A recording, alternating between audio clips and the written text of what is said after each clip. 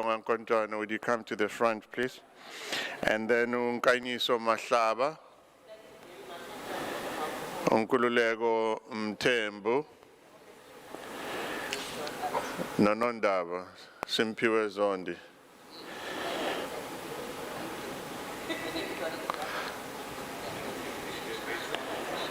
Nondaba, Umvelase, Ubab Mahlaba, Nonkontwana. All right. Yeah.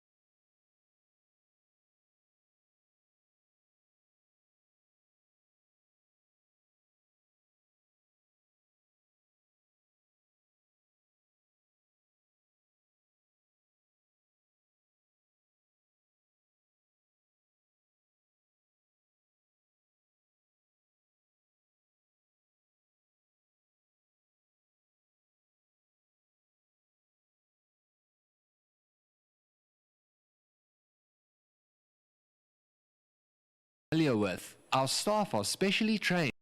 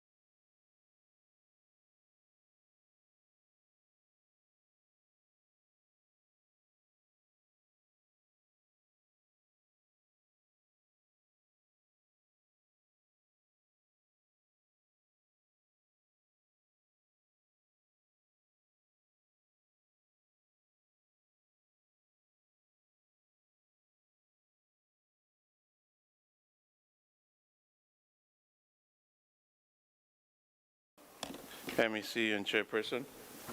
I'm going to interrupt you.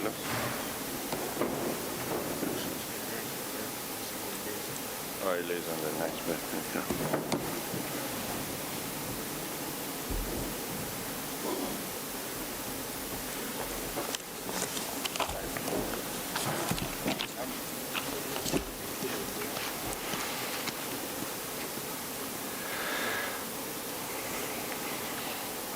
Good morning, everyone. We're about to start. If we could ask everyone just to settle. A very warm welcome to you, MEC Pillay, who is also the chairperson of the KwaZulu-Natal Economic Council. Very warm welcome to all the other MECs that are here, and I'm made aware also we do have MECs who are streaming with us online. A very warm welcome to you as well. A very warm welcome as well to the conveners present here, and I believe all are here. Convener for Labor, Ubaba Kabazela, for Labor, and for Business, we have Ubaba Mr. Nigel Ward. I think for now he's streaming, but he's on his way here. He'll be here physically. Also for civil society, convener and co-convener, Ubaba Mkungo, Nobaba Umadlala. Welcome to all of you colleagues. I know we've had quite a hectic day yesterday. It was a full day, and thank you for all of you who persevered and really did all you could to put all your effort, put all your energy, put all your commitment in terms of making this program a success and everything that had to be done in the work streams and everything. I know it's been a very long day, but it was a very worthy cause to all of you colleagues who stayed throughout. Warm welcome to you. Warm welcome as well to all our colleagues who are streaming online. We're going to just take a few minutes just to go through a recap of what happened or what transpired yesterday, and then from there we will go through the program as planned. We will have Ubaba Usandile Chini, who will also be presenting to us this morning as we continue with the program. But maybe first, let's look at what happened or what transpired on day one yesterday. Day one, as we know, we had His Worship, Councillor Kawunda, who gave us his words of welcome. And he also talked about the eThekwini Economic Council, a structure similar to what we have, but based at eThekwini also that's looking at the economic transformation, growing and sustaining the economy of eThekwini. And what was interesting with all of that is that the strategic projects or strategic priority areas that they have are aligned with the strategic priority areas and sectors of the Economic Council, also aligned with the provincial reconstruction and transformation plan that MEC Pillay mentioned yesterday, that the Premier will be launching that very shortly. Thereafter, we took some time to go through the economic review. Ubaba Jacob Twala took us through that. You would know that we are an economic council. Our responsibility is everything that's surrounding the economy, and our economy does not just lie in isolation. Our economy is part of the global economy.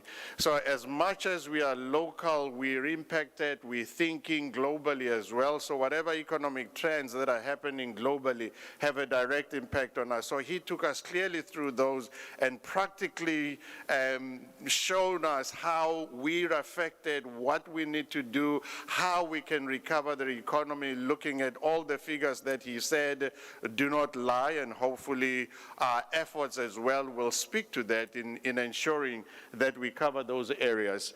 After he has taken us through that, we then had contextual address by social partners, of which I'm not going to go too much on those because amongst other things that our respective rapporteurs that are sitting in the front in the various work streams, they will touch on each of the impact that they had, or the presentations, including those of the various contextual address. But suffice to say, we had Ubaba MEC Upile standing for government social partner, and labor Ubaba Mkize, business as well Ubaba Nigel Ward, and also civil society.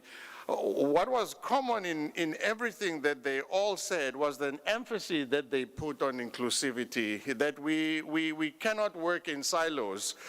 Probably if we have been working in silos over the years, that has proven not to yield the results that we all need. And a common thread in all their presentation, all the social partners, including other presenters as well, was on inclusivity. Economic growth, as our chairperson said, economic growth and economic transformation are the same side of the coin. We cannot deal with these things as mutually exclusive. For us to be able to grow the economy, inclusivity is only possible when that happens. The economy will then grow if we have that inclusivity. And then that we need to develop common understanding on radical economic transformation. There's diverse interpretations of that, and there is a need, really a need, that we have a common understanding of what that is, so that generally in some of these government programs, such as Operation Vula and Rased and all of that, we can actually see that making sense and having the same understanding that we have. And then economic transformation, development of the township and rural economy. We have seen and heard yesterday throughout all the presentations that were made, the important role that is played by the informal economy, township economy, and rural economy, that all of those people, the number of jobs that they actually create becomes very important. So when we say we're growing this economy, and when we say we want to strengthen inclusivity, not only at a social partner level, but in making sure that the economy as a whole, everybody is inclusive in growing the economy, then township economy as well as rural economy important.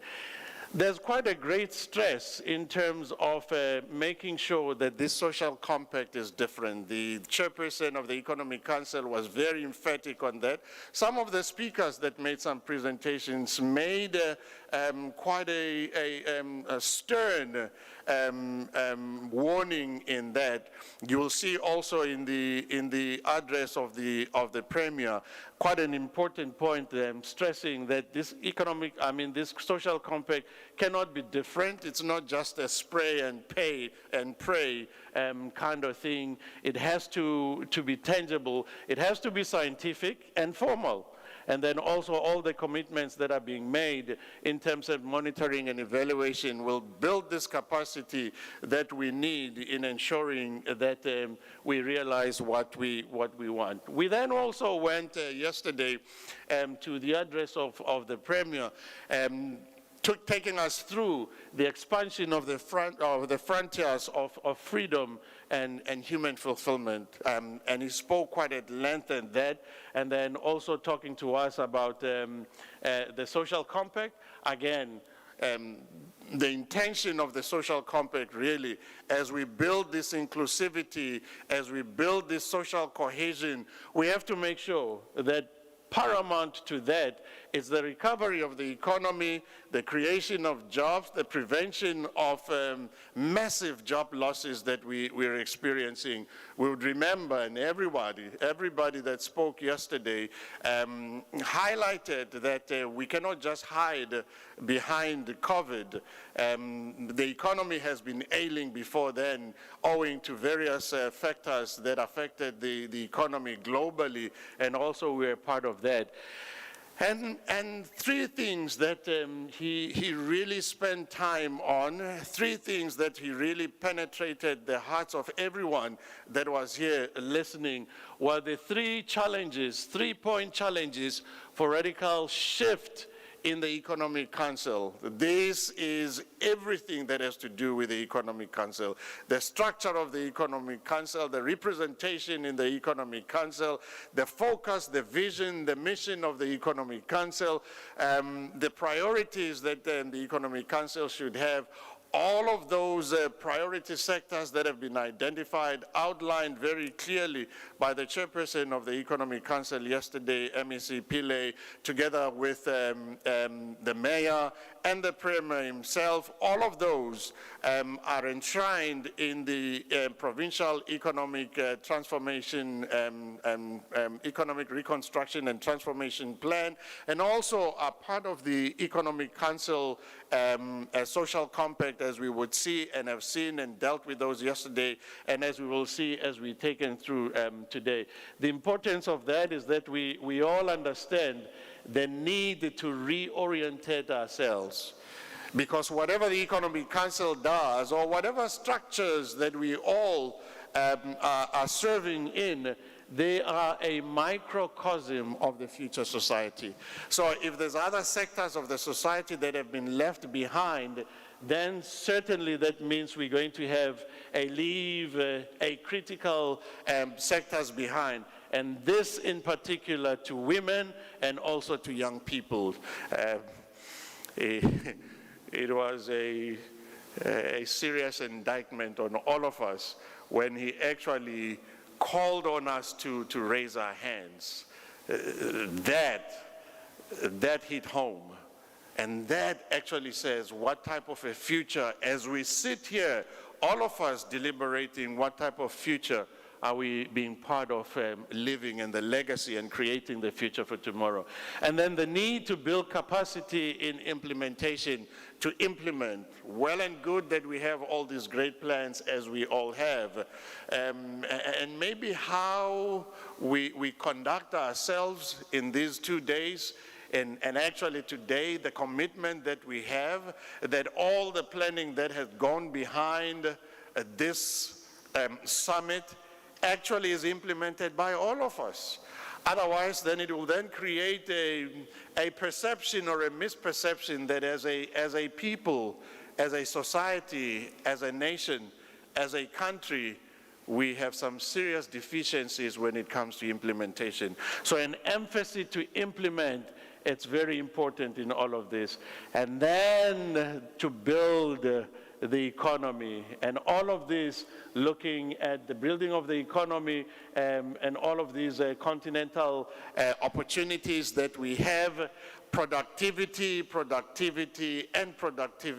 not have been overemphasized, not only by the Premier himself or alone, but also through all the other speakers. We then went to look at the social, towards a result-driven social compact, and not just result-driven, but also sustainable. And then we had two speakers there, Mr. Matthew Parks and Rudy Diggs, who are also joining us this morning online. And amongst other things that they spoke of is their commitment as entities, their commitments as social partners, as entities, as professionals in the different sectors and fields that they have, the support that they have for the social compacts, and that what we are doing is a proven, tested kind of model and approach, and we see with the examples of some of those countries, just examples, some of those are developed countries, but as a developing countries, we have we can learn a thing or two from theirs. And then the limitations on individual social partners, again, the issue of inclusivity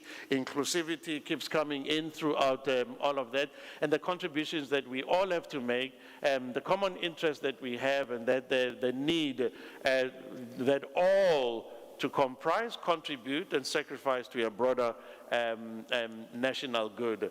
And then we also looked at the resources, the mobilization of resources as they are all outlined in there, and to private sector investment, how we can not depend on foreign investment, only as important as it is, but it cannot be the only thing that sustains our economy.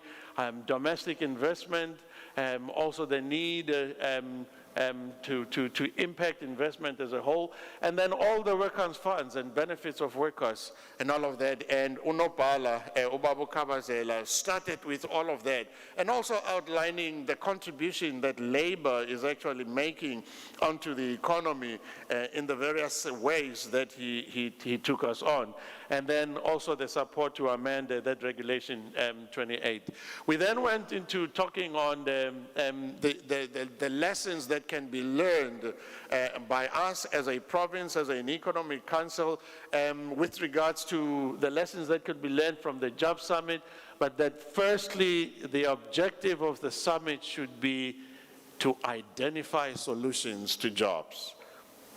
If we could do everything else and talk and do everything, but not actually find solutions to prevent these massive job losses, find solutions to create jobs, and not just jobs, but create decent jobs for our people and for the society and all of that. And then he went through to these commitments to have a very clear and precise, and strengthening the existing initiatives and developing new ones instead of reinventing the wheel, and then understanding the challenges that we all face as a social partner.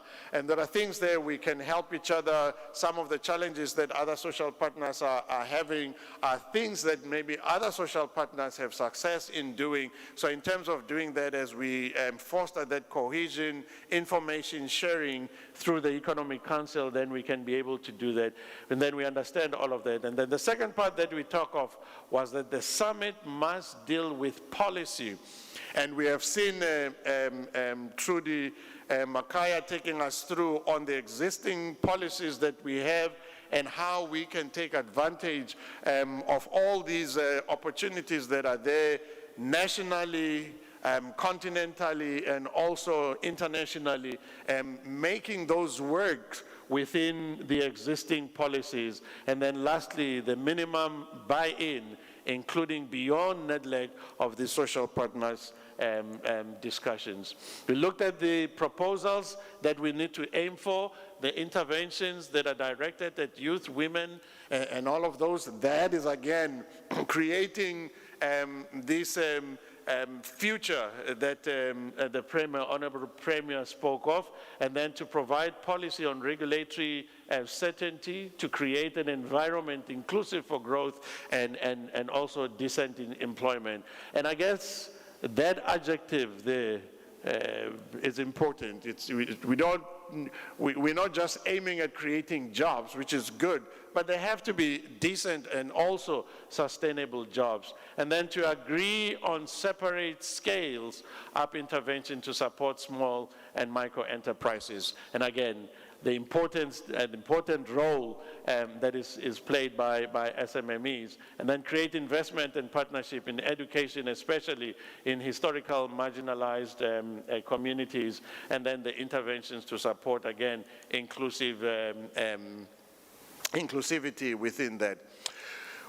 After that, we had the commissioner, acting commissioner of the UIF nationally from the Department of Labor, Mrs. Marsha Bronkhorst, who actually opened most of our eyes in terms of opportunities that are there, considering that the labor activation plan, it's not something new. The labor activation plan, it's not something that came post-COVID.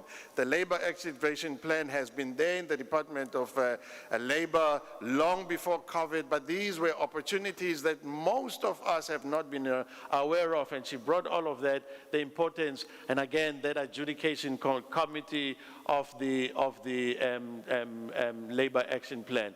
The temporary employee relief scheme and those TERS, which were previously training of the layoffs. Again, people have been laid off, and that was the end. go home, finish, we're done. Whereas there are these opportunities that are there to retrain, to reskill, and also those things promoting enterprise development. And then the proposed 2018 international economic crisis that she spoke of, and then the institutionalized by forming single adjudication committees and all of that, with all of these entities, labor, UIF, all of this, including the CCMA. And then the scheme intended to provide support in distress. She spoke quite at length on that issue and the amounts that are available to bring that relief, much needed relief for these employees that are being laid off, and then with all the benefits that come with the TERS and all of that. That companies must apply for this assistance, refer to productivity, again, the issue of productivity. And then she spoke again with the inceptions of these programs and the amounts that are also there, and 2021 financial to date, what has been done. And again, there seems to be enough in that cake for every province and for all of us to take advantage of those opportunities. Again, there are business processes, re-engineering that she spoke of. Again, implementation, those business processes, programs that she spoke of, and the UIF productivity from that day, the 27th of May, and then the implementation of this productivity to 174 companies, and all these are companies also look into productivity and the sustainability of the thing. We then look into the tangible opportunities and alignment of prevailing policies. Ms. Trudy Makaya took us through all of that, the economic recovery and reconstruction plan. Interesting to see that all of these priority sectors of intervention, again, these are priority sectors that are identified in the social compact. These are priority sectors that are identified in the provincial reconstruction and transformation plan. Again, the same priority sectors that are enshrined in eThekwini Economic Council as well. And then looked at all of those things and the key enablers to resolve growth. And took us really through three areas of focus. First of all is fixing the fundamentals, and she spoke quite at length with those, and most of you were here will still remember that. And then to pursue critical areas for growth, and then the excellence in the execution. All of these point to the work that was done yesterday, and again, we will have the rapporteurs touching on all of these things, from what the presentations have been to the discussions that we have had. And then finally, we had a presentation of the proposed Durban port, where Mr. Pepe Silinga took us through a very in-depth program showing us all the nodes and the maps and what that actually means, and how many jobs that will be created, what it means to the growth, the time span, 10 years and even more, creating sustainable jobs and all of that, and giving us visuals for answer to all of those. So in the next session, what we're going to have now, before we hand over to our rapporteurs, I'm going to introduce to you Ubaba Usandile Chini. Ubaba Usandile Chini is the Chief Director for DTIC, looking at African multilateral economic relations at DTIC. He's with us, he's online. I know that he has logged on. I don't know if his presentation is ready. If I just check if he can hear us. Tatuchini, we are safe, Mtlekas.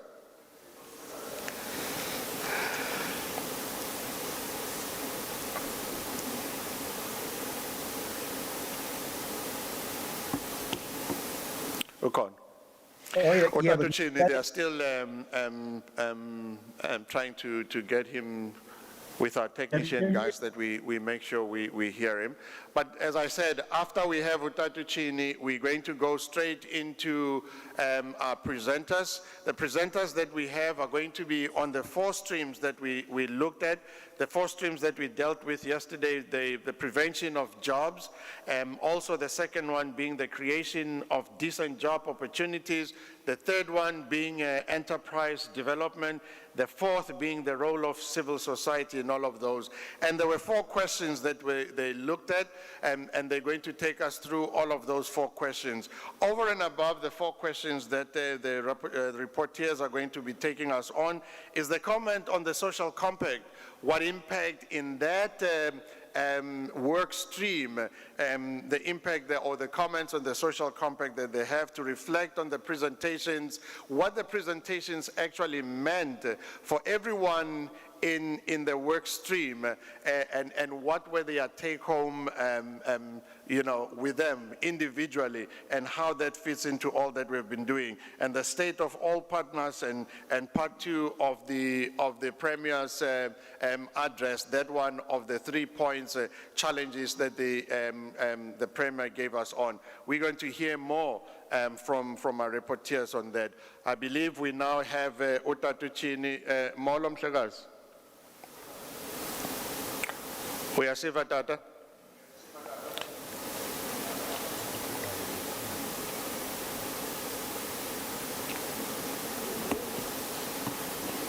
Oh, Tatu Chini, you are on mute. If you would unmute for us so we could all hear you, thank you. Can you hear me now? Sikuva kahle tata. Asihlabele emgama tata. Anikandizwa. Okay, no, thank you very much. I am closest. Okay.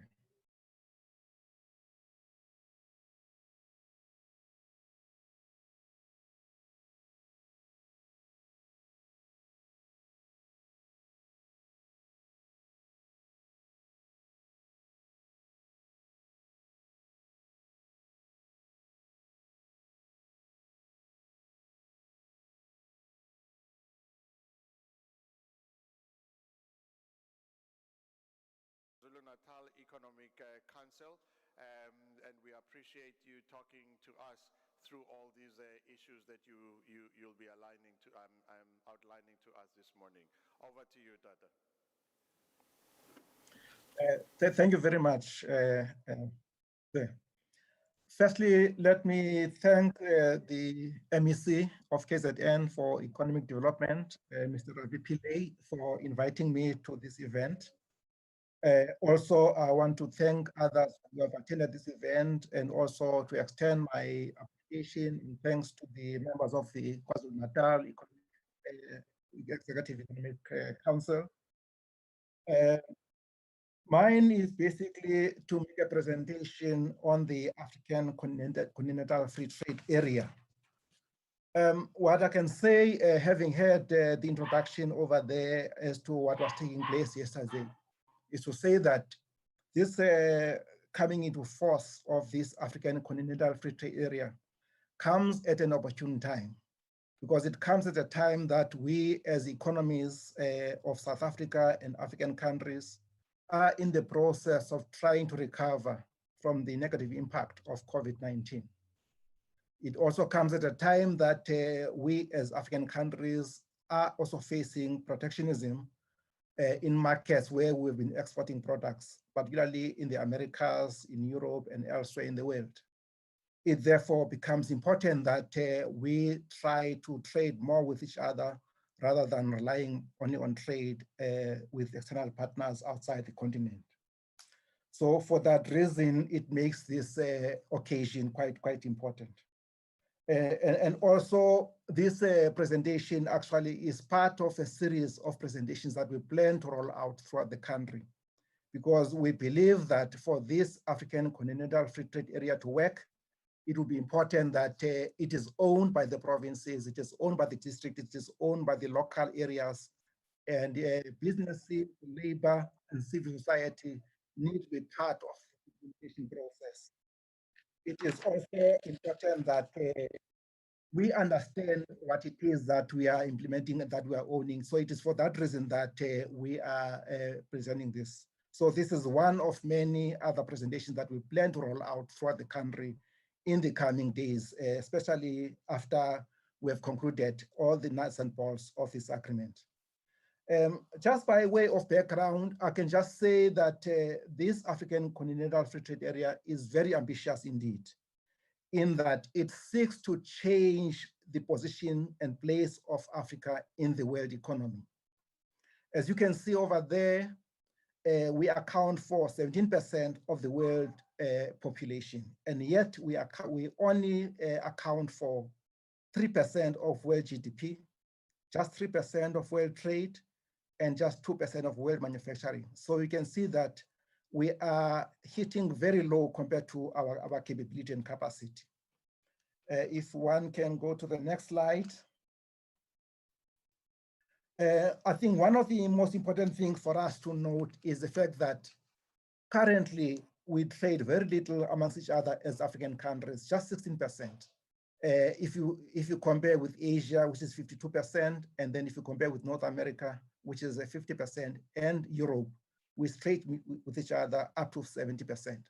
So our ambition is to almost try to match Europe, where more trade increase from just 16%, and that we trade up to 70%.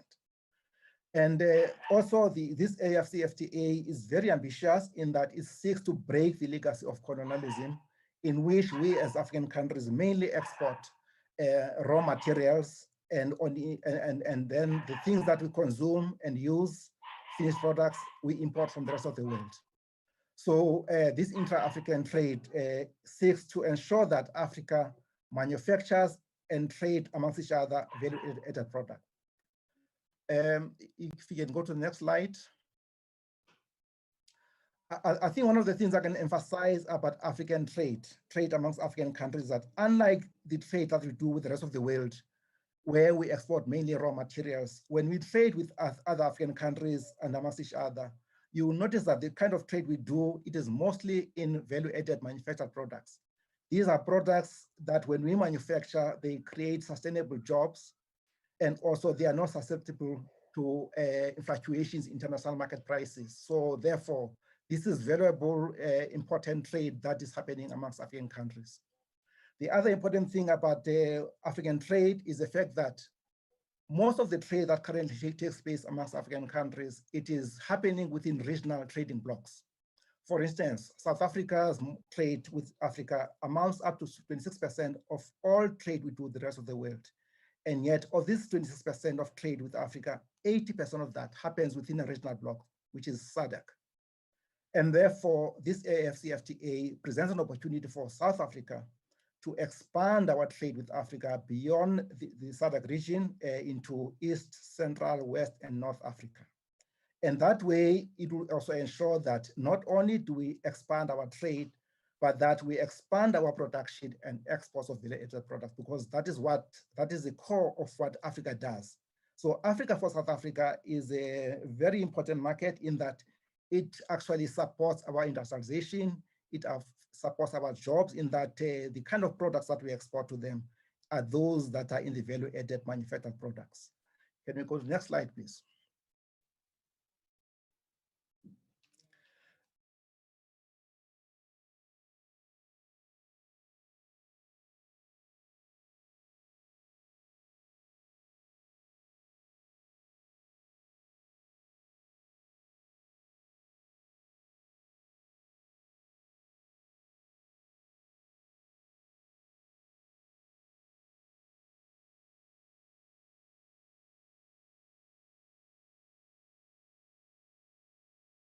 Which there are no borders for trade, and that we create a much larger, bigger market. For instance, African countries, when you combine them, they create a market of up to 1 billion people and a GDP of over 3.3 billion US dollars. So for that reason, by creating this large market, we will almost be able to compete with larger markets such as India and China, which, as you know, that now they've become very important because of the large market that they have as a result of their size of the population. So when we are integrated, we become a larger market, and therefore we become attractive to investors. And we also are able to negotiate on better terms because we will be combining our powers when we negotiate with external partners. Now, this agreement, the CFTA, is made up of two phases in terms of the negotiations. The first phase is in trade in goods, as well as trade in services. Now, insofar as trade in goods is concerned, we aim to phase down tariffs over 5 years, such that within 5 years, 90% of all products that we trade will be at zero tariffs. However, to ensure that there are more balanced benefits for those countries that are poorer than some of us, they will be able to phase down their tariffs over a period of 10 years. Phase 2 will include protocols on competition, investment, intellectual property, and e-commerce. Next slide, please.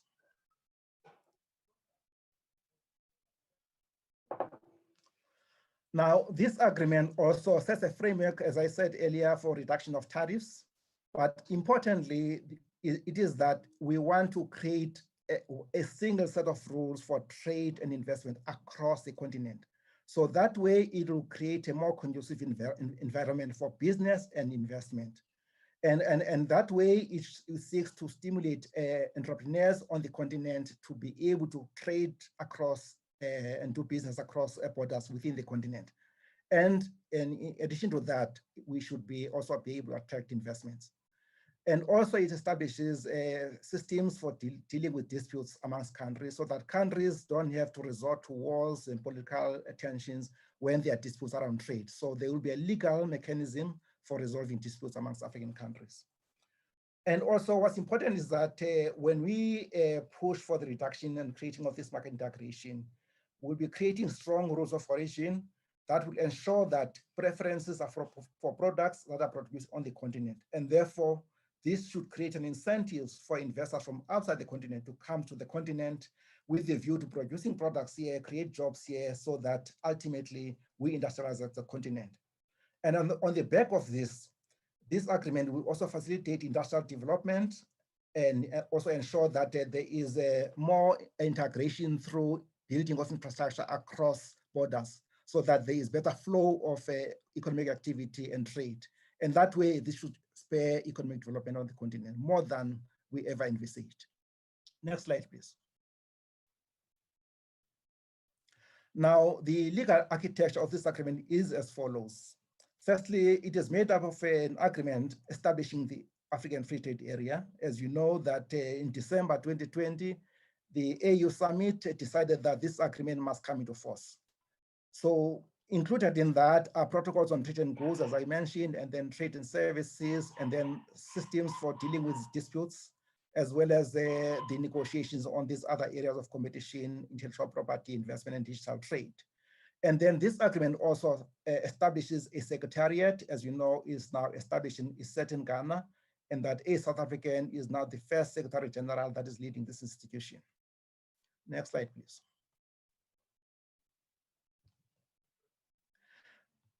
Again, as I mentioned, of significance is the fact that from December, we've been instructed that trade must start happening.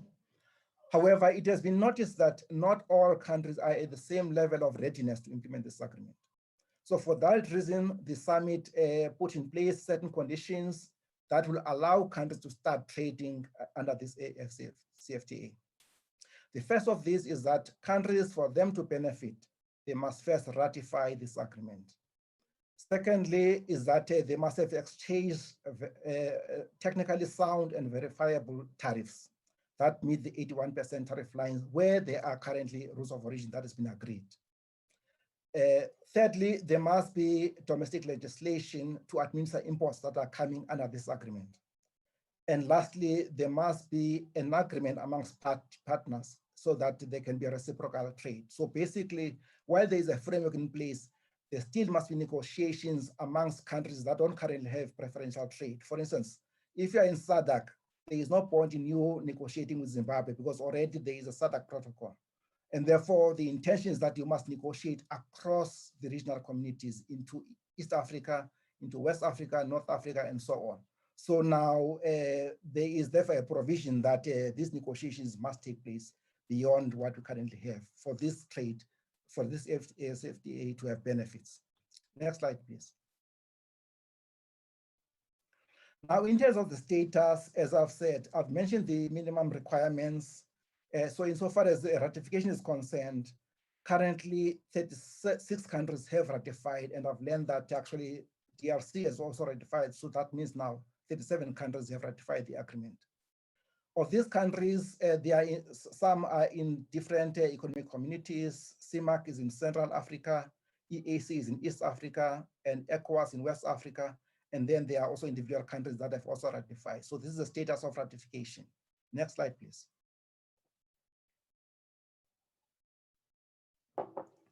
Now, insofar as South Africa, when we negotiate trade agreements, particularly trade in goods, we negotiate as part of SACU, which is the Southern African Customs Union, made up of Botswana, Eswatini, Namibia, and Lesotho. So when we negotiate, we are negotiating as one entity.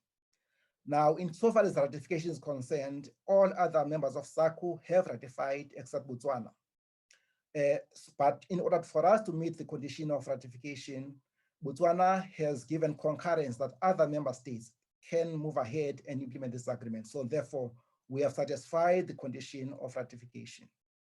The next one is that we have also exchanged and submitted our tariff offers, and therefore we've met that condition.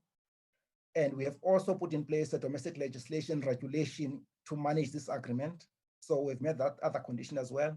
So what now remains to be done is for us to negotiate beyond the SADC region with other partners in East, West, and North Africa so that we can see the benefits of this agreement. So we negotiate now across the regional economic community. So that is the process that we are currently engaged in right now. Next slide, please. So insofar as the negotiations, we have identified these countries and regions, mostly Egypt, which has already ratified the agreement, but we're still waiting for them to submit their offer. The East African Community, which has yet to finalize this ratification because some members have not ratified. In ECOWAS, which is the Economic Community of West Africa, we also want to negotiate with them, but still some of their members must first ratify for them to be able to enter into agreement with us. And then Central Africa, and then Sao Tome and Principe. So those are the countries and regions with which we intend now to start negotiations. Next slide, please. Now, in terms of how companies and provinces and entities should prepare for this agreement, for them to know where their opportunities are, they need to understand what are the areas where trade is ready. That is, what are the tariff lines or products in which already there are agreed rules of origin. So once you understand that, then you will have a sense as to where there's going to be opportunities. And secondly, it's also important that you understand that these agreements are pending, that there must be a phase down over a period of 5 years. So what it means is that the agreement will start, will be phased down. That is, the tariffs will reduce over a slower period of 5 years. So it doesn't mean that tariffs will be zero immediately from day one. We'll cut by 20% each year, such that by year 5, we'll have the tariffs at zero. And then, of course, for poorer countries, LDCs, this will take place over a period of a longer 10 years to ensure that they have enough time to adjust to this opening of trade. Next slide, please. And therefore, where are we now? What are the next steps? So currently, the agenda where we are is that we are now trying to implement this decision of the summit, in that we are finalizing the building agenda, which we aim to conclude by the by the end of June 2021.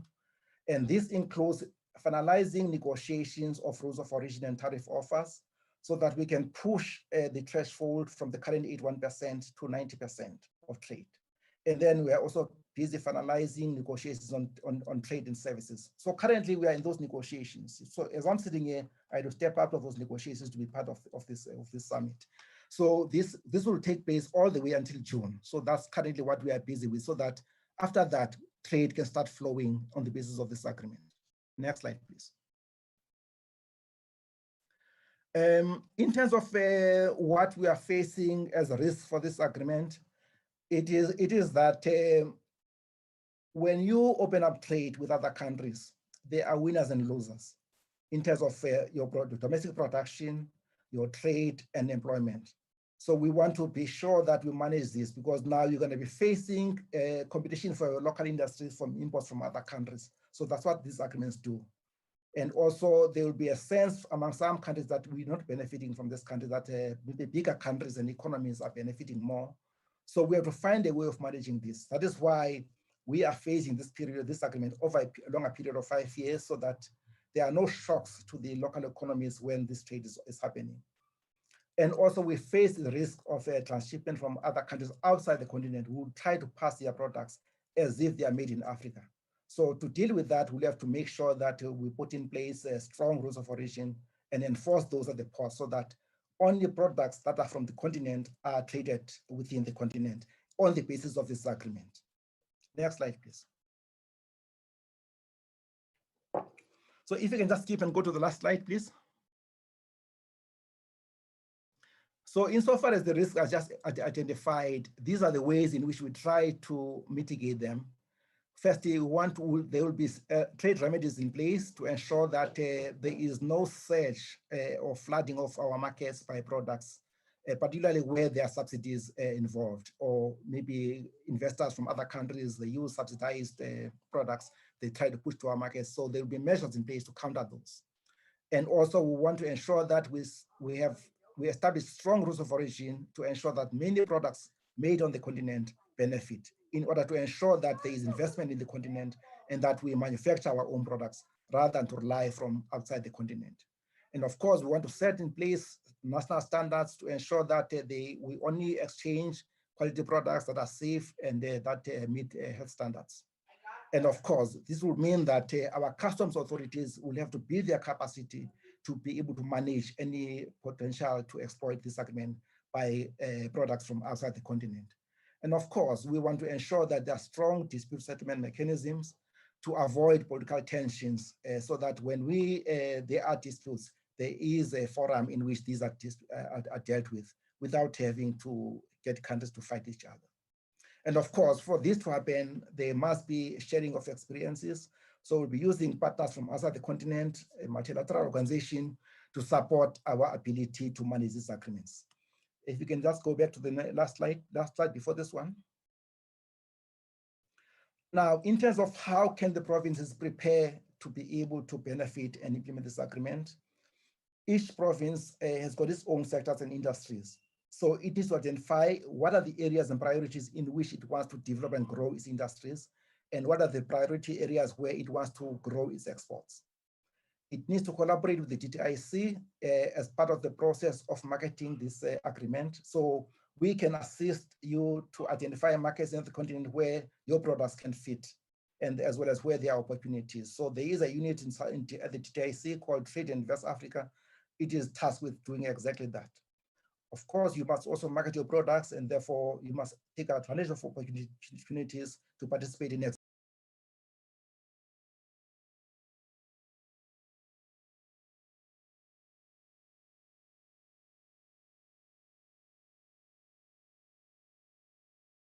I want you to be part of that process.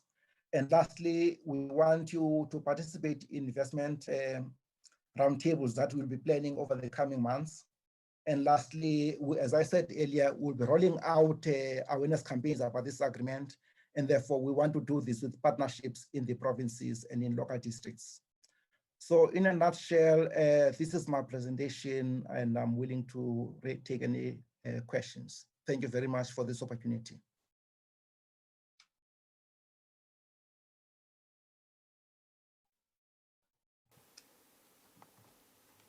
This is the end of the presentation.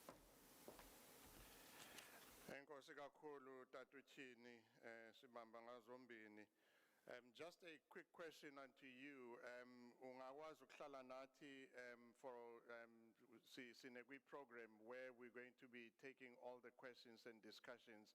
If ungasenzela oko tata singabulela kakhulu. Is it still there? All right. I'm sure he'll probably hear me. What we'll do, we'll then take his questions, we'll call him, If you look at our program, after the presentation by the respective rapporteurs, we have a discussions, and I'll ask you to jot down your questions for Otata or Ochini to ask him questions then. He's taken us quite through extensive issues. I won't go much on those, but suffice to say that there's a lot of opportunities in intercontinental trade. He showed us the stats of where we stand with other European countries and Asia and all of those, and the opportunities that we have as South Africa. 26% where we're doing globally, and 80% of that is within what you call regional blocks. And I think it's important that we see the competitive advantage that we have. If we're able to do 80% as a block, then obviously there's opportunities for us when we take advantage of these opportunities that we can expand that greatly. He took us through the whole legal architect framework or agreements that they have. He also took us through at where we're at the moment, took us through the challenges that they are envisaging or seeing, but not only challenges, but he also shown us the mitigating factors that they have. In fact, I'd like for that slide, yes, for that slide, where he talks of not only the mitigating factors that they have put in place or have identified to counter those challenges and risk, but most importantly, and I've requested that slide stays there, because that slide talk to us deeply, giving us some practical things as to what opportunities we have, as we have heard him say, but what do we need to do to prepare ourselves to take advantage of those opportunities. And I'll leave that slide hanging there for a while as I request a computer that's on charge there. Tatu Kontwane is going to be going up first, giving us a presentation on the prevention of jobs. Yes, I can. Yeah. Oh, he's got it. Oh, all right. The last time I checked, it was there. Sorry, but thank you. Yeah, I could not hear the rest. I can only start hearing now. I can hear now. I'm told I'm on mute online, so Utatuchini has not heard us. Tatuchini, thank you. We hear that Usuya Siva Manje Tata. Yes. If you could hang on with us. We've got quick presentations by the rapporteurs of yesterday, and then we will then have questions for you in that slot. If you would have the grace to remain with us for now. Okay, thank you. Ndiamona, he's nodding his head. Thank you so much, Tata. May I ask Tata Unkontwana to take us through his first presentation on the job losses. In the event of time, what I'm going to do, Utatu Nkontwana is going to go first, and then I will not come back to the podium. As soon as he finishes, then we'll have Utatu Msomi, who will then come and take us through the next presentation of creation of new decent jobs. And then thereafter, immediately after that, we'll have Velase, and then ultimately Umam Nokanya Lamini, who will do the presentation on civil society. You'd remember earlier on we had been given Utatu Zondi to do that, but Umam Lamini is going to be able to do that. So as soon as Utatu Nkontwane is done, then we could come up like that, all three of us. Thank you.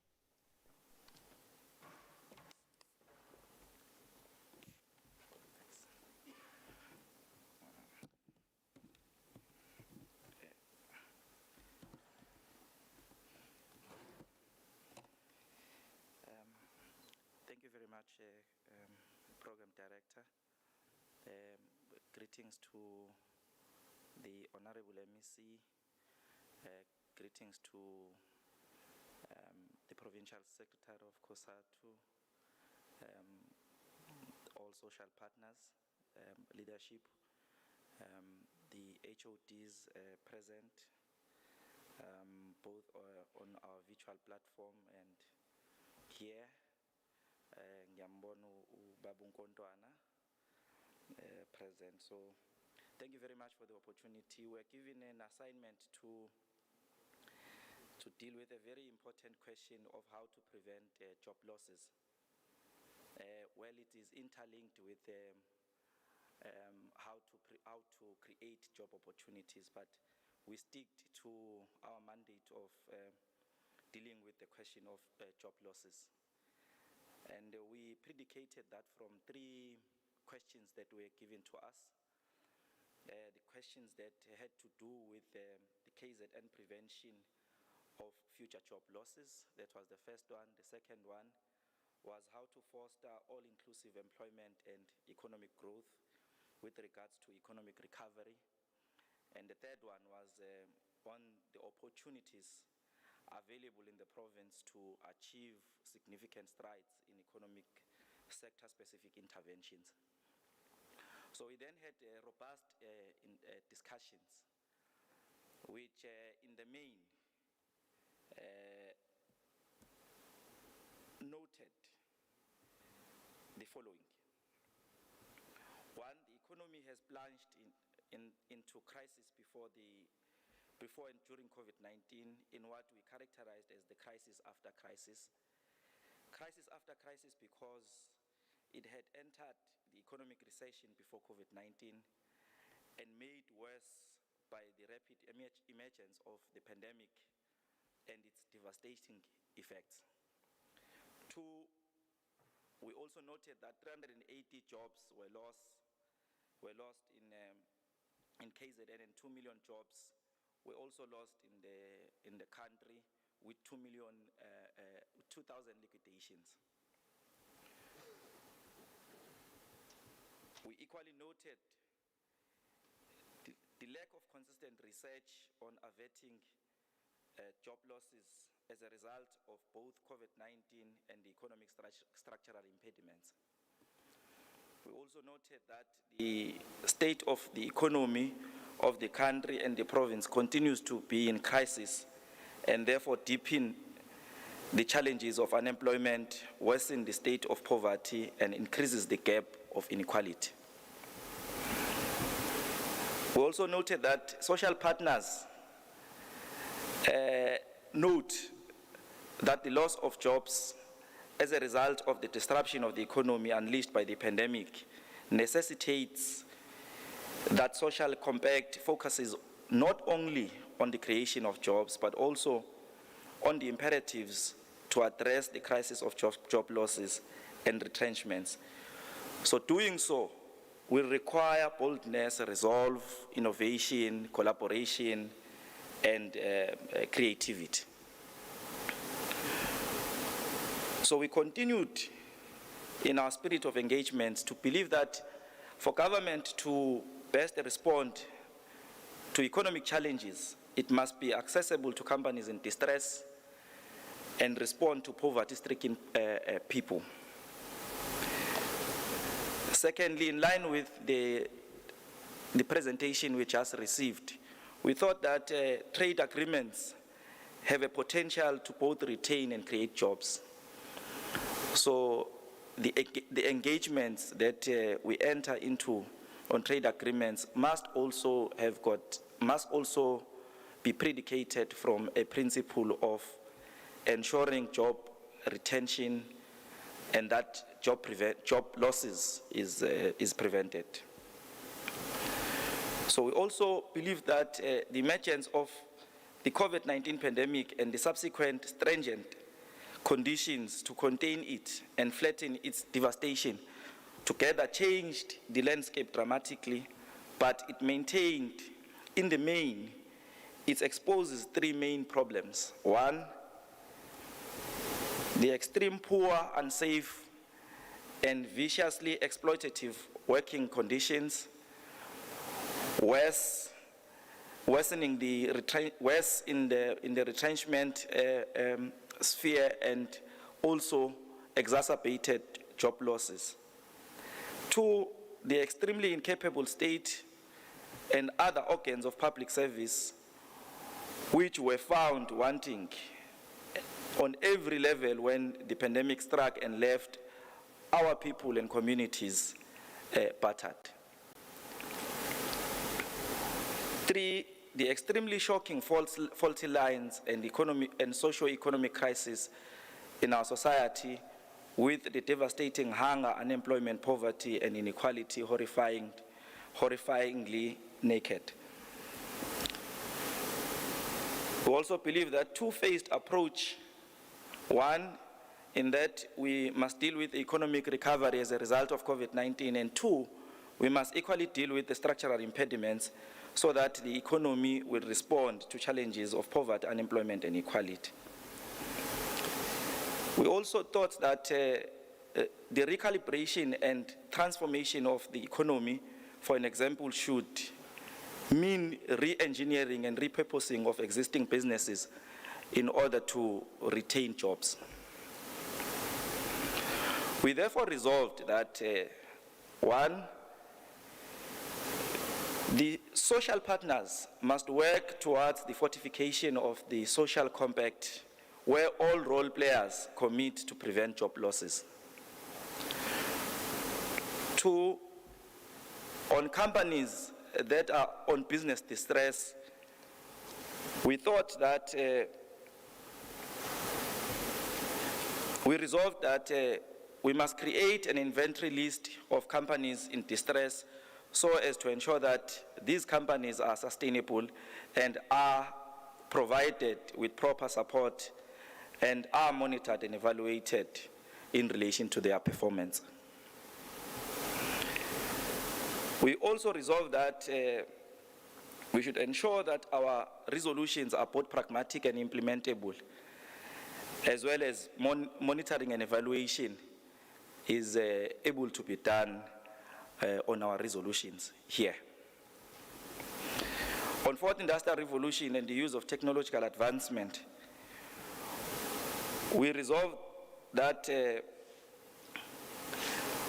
this must be used to regularly assist us to monitor how businesses are doing, and it must also serve as a monitoring tool to address challenges, as well as integrating of technological systems and normal physical ways of doing our things to ensure that this hybrid is able to sustain jobs and prevent job losses. So we are proposing that it is important to look at how the opportunity that has been presented to us by COVID of using technological advancement, of using our technology to proceed with our work, how that can be used, integrated with our old ways of working to ensure that it best prevent job losses and it's best sustains what we already have. That partners must adopt the project of skilling, upskilling and reskilling of young people, particularly workers, to ensure that they are acclimatized with the technological advancement and that they are able to define their space within the progressively defined technology that is able to change all the time and causing job losses. So we think training or skilling, upskilling and reskilling of young people and workers is going to be very instrumental in ensuring that we prevent job losses. We also agreed that we should endorse what is contained and encapsulated in our social compact schedule.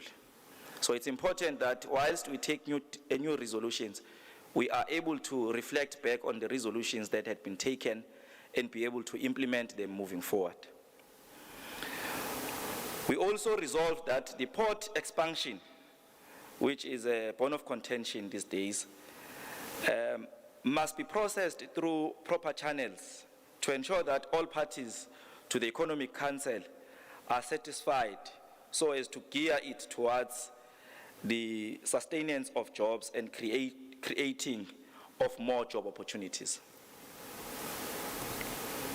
We also agreed that social partners must leverage on the catalytic projects in the province and national programs such as labor activation program, which was presented yesterday. We should be part of and parcel of these projects so as to monitor and retain jobs and influence their expansions. We also resolved that the relief funds or the relief funding extended by the state to the people must be sustained to deal with poverty. We also resolved that we need to put, meaning the social partners, need to put incentives to retain the skills drainage in our province labor market in order to ensure that we become employers of choice. We also agreed that import replacement measures to sustain local industries, the promotion of localization will prevent destruction of local industry and retain jobs.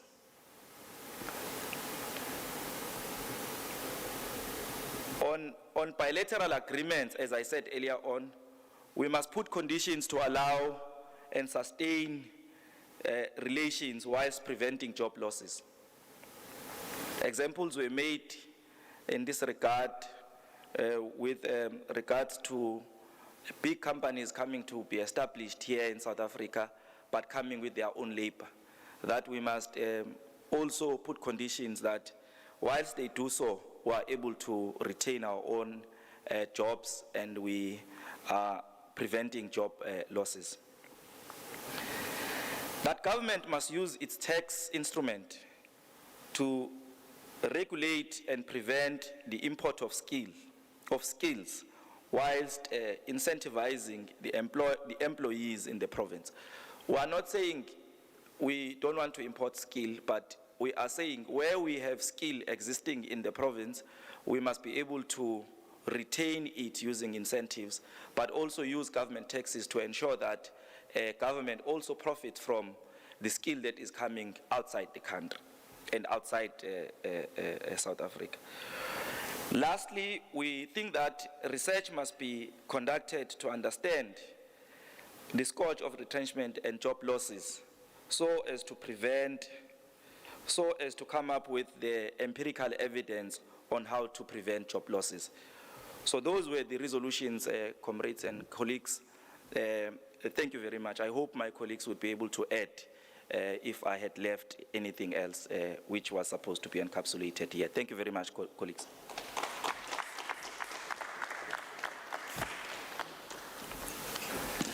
Enkosi Ntathu Kontwana, ngiyabonga baba.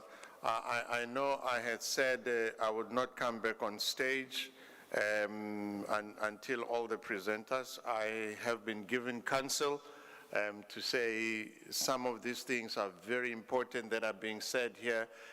So I've been counseled that just we do a short profile of these presentations because of the importance of their nature. Mr. Nkontwane was presenting on the work stream number 1 that looked at the prevention of job losses. If you hear throughout all that has been talking about or presenting or reporting, the emphasis has always been on job losses. They took out through all the possibilities that are there, the innovation, the creativity, and the commitment that all social partners need to put, and also on the issues of looking at companies in distress, taking advantage on the labor action plan. He also said in that stream they looked at a recommendation, a strong recommendation to have a list of all companies that are in distress, because that will also help in dealing with the issues of extreme poverty, unsafe working condition, public service that was also found wanting when COVID struck, which took everyone by surprise, and then resulting in the high rate of poverty and hunger. They proposed a two-phased kind of approach. First is the recovery of the economy, but the second one is the structural impediments that they have identified. And then he went through a list of about 10, if I'm not mistaken, 10 on the resolutions that they have. They are strongly recommending that social partners to look on. And just to name a few, that the social partners should look at the implementation of this social compact. It has to be pragmatic. It has to be implementable, and at the same time, there needs to be strong monitoring and evaluation. And I can assure you, Babu Nkontwana, that has been planned. And I think the chairperson of the Economic Council in his closing remarks will let us know what's the way forward to take care of this. So all the resolutions that you have outlined, we thank you quite greatly, and we can assure you that that will be taken care of.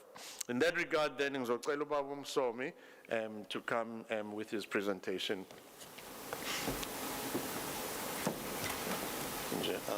I spray. Maybe before I spray. Maybe I should have mentioned this before. It's my fault. I take responsibility for it. We all have about 10 minutes to do our presentation. So if we could just try to stick within the 10 minutes. I should have mentioned that before time, and I didn't. So keep looking at me. I'll do the timekeeping there, and I'll indicate to you when your time is up. Thank you. All right.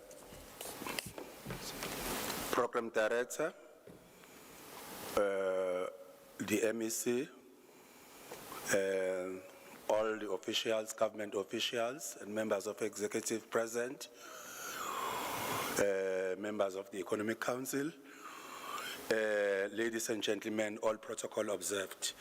I've been tasked to deal with the second stream, creation of decent job opportunities, and in our discussion, we support the social framework and hope that the implementation will realize into a number of opportunities and benefits for the people of South Africa. It's not just a talk shop. We think that in order to create the decent jobs, both labor and business, and of course the government must think inclusively so that the goals of economic recovery are realized. And it must meet to explore different opportunities. We also think that there are already policies in place, and as I think it has been mentioned a number of times yesterday that we are not implementing those particular policies. Maybe it's where to start in trying to implement those particular policies and enforcement of the legislations which are already in place, like BBBE charters and all other legislation and RASET and all others. I think that is the first point to look at.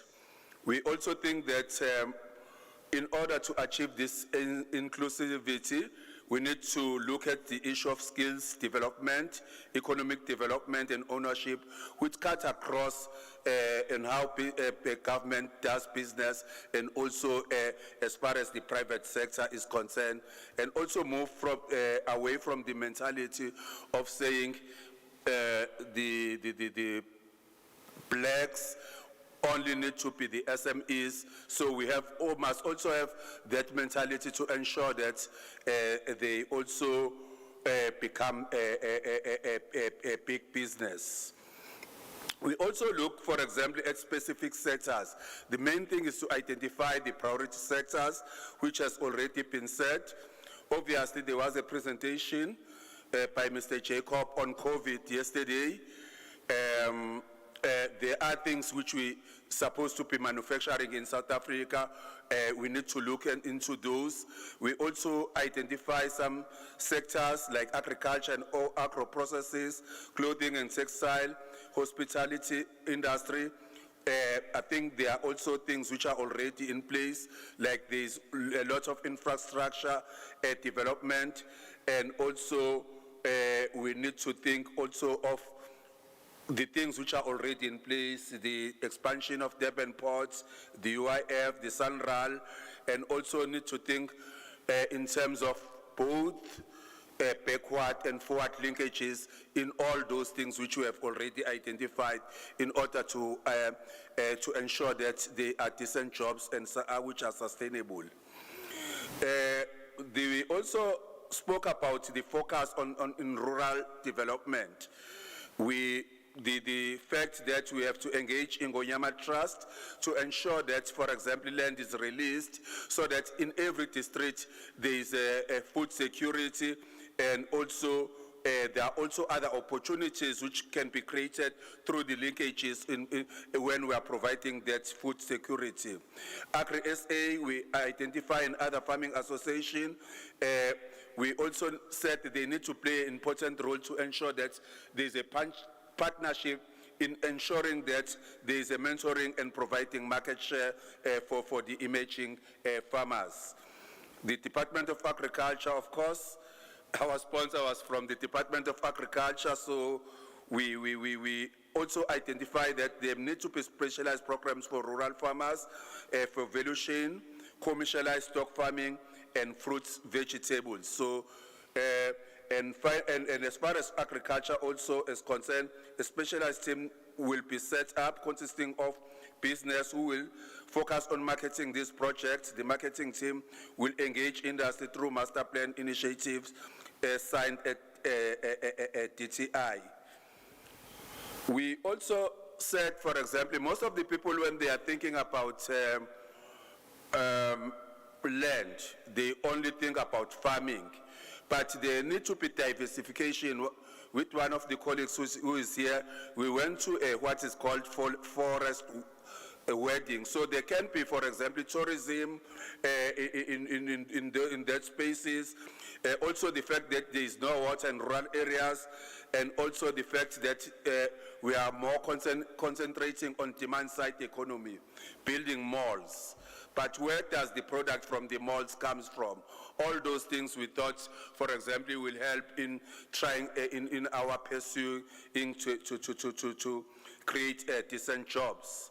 Township economy, for example, I think I've mentioned the demand side. It also goes for township economy, and also we need to identify some sectors, for example, which will benefit adoption of the legislation, which will support township development along strategic focus area, focus on specific light industrial development like clothing and textile. And also, for example, the whole question of water also comes into the fore. We also have to focus the manufacturing of some commodities which are high demand to mitigate the COVID-19, such as face masks and detergent products. Encourage participation of township of ownership of business retail markets operating in township by local entrepreneurs. Support SMEs and cooperatives to assess state infrastructure such as state buildings which are not used. One of my colleagues even mentioned that there is land in schools which are not used, which can be used by cooperatives. And also the government intervention. We also thought about the duplication of services across the government, which may be easier if there will be a lot of efficiency. If we know, for example, the duplication is like there are many of these government entities providing like mentorship, so or funding for that matter. But I think they need to be efficient in the way they do business. ICT. We are entering this the digital era, and there are a number of job losses which is a result of automation and artificial intelligence. So I think we need to go beyond that and try, for example, to make sure that young people are introduced or are reskilled, as it was mentioned, into that ICT era. And remember that also reskilling is an ongoing process, because I think I've met two lecturers in this room, and what they are teaching at those varsities or institutions are the jobs which will not be relevant when the students complete their degrees. So reskilling is always that we need to profile our students so that we can actually reskill them. Productivity, we mentioned that through their association, organized labor must develop productivity institutes at a sector level and also involve sitters so that we ensure that the productivity, there is productivity on whatever we do. All of us know that it was mentioned we lag behind on productivities, even among some of the countries are way far ahead of us in that score. Incentives, union must develop fair productivity and business, of course, schemes in order to benefit for and motivate employees to produce. We also look at beneficiation is the area which has not been explored that much in South Africa. That we are exporting most of our material without actually beneficiation. So that is the area that we need to look into. One of the things also we need to look into is the monitoring and valuation. That also is a cut across because it also involves private sector, because there is this social development initiative. However, I think there is no monitoring and valuation in terms of hard outcomes like job creation and other things. So government, of course, need to meet with the companies so that they unpack those social development plan. And in terms of government monitoring and evaluation, for example, is to ensure that every cent spent, which was mentioned there, is realized to service delivery, and in the long process, although they are not creating a job, so that there are hard outcomes as far as a job creation is concerned. Thank you very much, colleagues.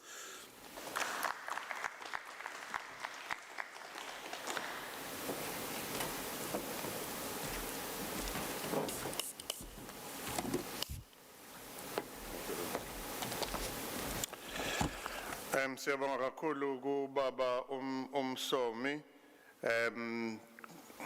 Thank you very much. Okay, thank you.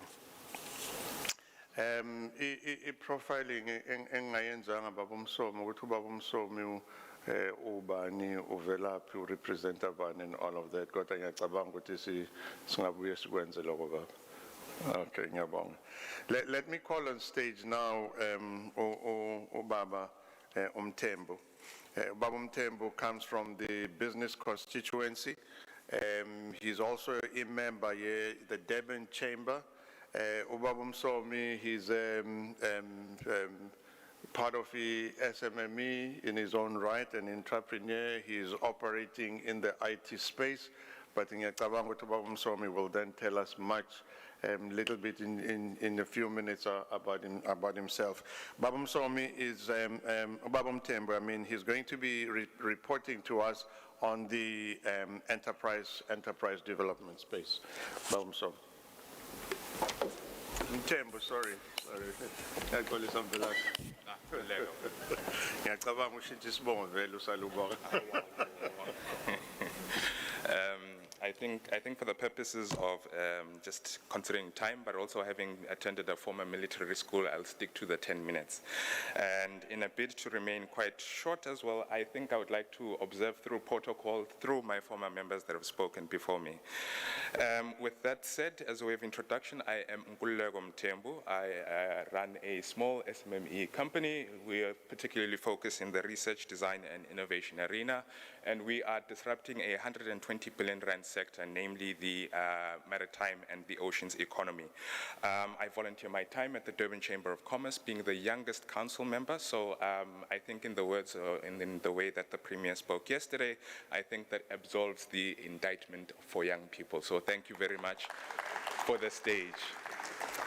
So in terms of the enterprise development aspect, I would like to touch on sort of the framework that we're going to go through. So essentially introduction, the approach that we did in our space, looking at the structure, touching on the different segments as also pointed out in carving a value proposition for the province of KwaZulu-Natal and identifying key sectors that will unlock value for us to compete as a continental player. Also touching on the innovation agenda, but also looking at the accountability post this economic process to then say we've spent a considerable amount of time and expertise is in the room, but how do we hold each other accountable for the 11.1 million people of KwaZulu-Natal and more so the 1.12 billion people of this continent. And outside of that, just looking at the KZN provincial plan and some of the outcomes that we usually took out for. So I'd like to start with the members that were in our work stream. So we had a fair representation from all members of the social compact. So we had representation from business, organized labor, we had features of government, etc. And the facilitator was Umamne Lishezi, who is the acting HOD at ETIA. And I'd like to open that session by firstly stating that Vijay Naidu, who is essentially the CEO of the Port Shipston Business Forum, really touched on the idea of policy certainty. So most of the, especially when we're starting to interrogate things like international investments that are coming into the province and more so the country, we need to create an enabling environment for them to have investor confidence. So that was one of the few things that he mentioned. Outside of that was looking at administrative bottlenecks. So there's a strong agenda from provincial and national government, and when we start looking at how these are locally implemented, there's a huge disconnect. And so one of the few points mentioned there was around the administrative bottlenecks, especially at a local level, which then lends itself to the discussion of the district development model and touching on that. A mention around the enterprise development space was also looking at red tape and looking at how local players can actually participate and really look at capacitating local offices to then as well marry the agenda of the national government. And looking at building capacity, right? Again, touching on aspects of the district development model and really creating offices at a very local level so that they become strong touch points for local economy. Outside of that, looking at the various questions that were also asked around creating compelling business propositions for government was to really gear charge government departments, especially looking at how they can really induct smaller SMEs into these contracts. So this was the mention that the Department of Public Works usually sets aside usually 30% for smaller SMEs, and oftentimes this is overlooked when it's really presented and when companies go out for tender. There was an example pointed out that there needs to be a harmonization between the different departments where, for example, an investor from Port Shipston who had actually earmarked a 400 million rand investment is still waiting for local council to approve on this deal. And that is a loss of opportunity to the southern region of eThekwini. Outside of that, we also touched on aspects of rural and township economies and really touching on the idea that there is massive space to grow those spaces. And I mean, it is cited that 65% of South Africa's population actually lives in these spaces. And looking at the transit between rural, urban, and urban centers, it really is a shame that the localization and the industrialization of those spaces is at a low. I'd like to touch on some of the aspects from the private sector in our session, which we had a representative from SAPI, again emphasizing the need for likes of state-owned and supply development programs to really inject themselves into rural spaces. So for example, there was mentioned that there is no CEDA office in the Zululand district municipality. So that also was there.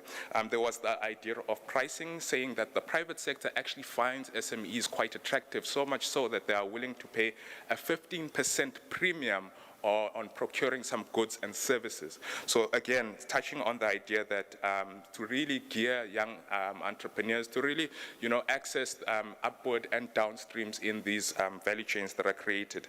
There's a strong need for education and partnership, again, creating that unison between private and public sector, and the local beneficiaries to be the biggest winners of any development. There was the idea of some entrepreneurs wanting to remain informal because of the cost of compliance, and what can private and public sector do to create an enabling environment for the informal sector, especially for those businesses who do not want to comply as a result of the cost of compliance. We also had another member, which was the Transnet National Ports Authority was there, and looking at education or creating sort of incentives and schemes that will really encourage people out there. So there was a very innovative proposal, in fact, to say every month people go out there and access grants. Is there a way to hold those folks accountable? So in other words, on the one side, you're skilling them, and they need to then present that skilling in order to access the grant. Right? So that was a very compelling proposition to then say, not only are you giving folks a grant, but you're also enabling them through a skills development process that really helps them fend for themselves. Outside of that, I'd like to touch on investor confidence from a very macro level. So the Premier mentioned around the idea of KZN needing to be a microcosm of the continental ecosystem. And there was mention, particularly from Transnet, to say that investor confidence in the province is built on trust. So again, can we create a landscape that is not shaky, that it really brings about the need and the urgency for foreign capital to come into our local economy? And also looking at growth perspectives, right, to then say, how can we look at key sectors that really enable South Africa to compete on a continental stage? Last but not least, just being cognizant of time, I'd like to touch on organized labor. So we had COSATU in our session, and we also had UPAUSA. So in those sessions, they really touched on the real issue, especially from an organized labor, is that folks need to be held accountable. Many people, especially from the gentleman who mentioned, Usboniso mentioned the idea that we stand on public laurels, etc., and we are not held accountable to some of the outcomes and the objectives of these forums. So that was a mention that came from him, touching on the idea that there was an agreement with private sector and the need, to not create redundancies, yet a month after that there was a set of 189 applications. And then I'd like to touch on, if I may, without taking too much time, looking at some of the inputs, looking at the COCTA. So we had Upabram Kujini, who was DDG of Development and Planning, and she really talked about areas of weakness, and this being that the supply chain management and the processes really don't have an enterprise development agenda themselves. In other words, they are more on the administrative function versus them also being enabled to be part of the development aspect. There was also an enforcement of local content in these RFP and RFQ processes, and to really create that synergy between DTI and looking at how DTI and the list that DTI has in terms of its local content and its industrialization agenda to be really geared and pushed into that regard. Last but not least, and this might lend itself to the conversation around the Continental Free Trade Agreement, was earmarking key sectors in KwaZulu-Natal which could really position us in a good space. It was agriculture, the oceans economy, and surprisingly, the business process outsourcing. So in other words, we've got a massive appetite for call centers in this province that export that sort of skill set, but now looking at how youth might be enabled from an innovation perspective to outsource those global services both on the continent and other counterparts across the world. Thank you very much. A pleasant day to you all.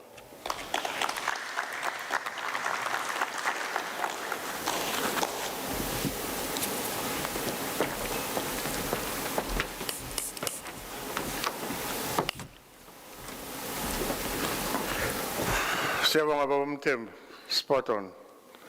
Siyabonga Command. Ngizocela manje kuze umama uNokukhanya Dlamini. Umama Nokukhanya Dlamini is coming from the civil society, an organization or an NGO called Harambe. Harambe is more geared towards youth and young people in terms of recruiting them, preparing them, and partnering with other partners in placing them in different roles. I didn't see her hand up yesterday when the Premier did this. She should have recruited all of those young people that she's placing there. At least the indictment will be better. But she stands as a rose amongst these thorns, and so she stands out. She's going to be presenting to us from the civil society and what the role of civil society can be in creating this stable and conducive environment for economic growth. Mahmoud Lamin.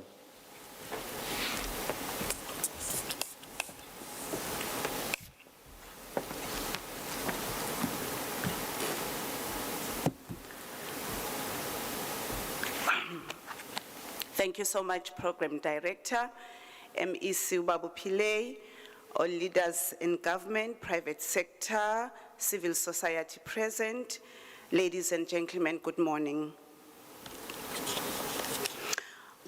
I have to say, yes, yesterday I have to acknowledge my colleagues that we were with in the upstairs, that is room 22, and especially I have to thank my colleagues that were joining us via virtually and the contribution that they made yesterday. We really appreciate that. In terms of our approach as the civil society, we have to go through all the questions that we were asked to go through, and we had to take into consideration also all the input from the speakers that we had yesterday, and especially the work stream mentioned by the Premier. And in terms of our input, we have to also acknowledge that we had gone through all the 15 economic drivers, and because of time constraint, we had just to focus on the gaps that were identified in the social compact. I have to say that as the civil society, we are endorsing the social compact, and we are excited because it is a shift. It is a paradigm shift in that it is now focusing the community development. It's now at the center. And it's no longer about, the input, and we have a tick box.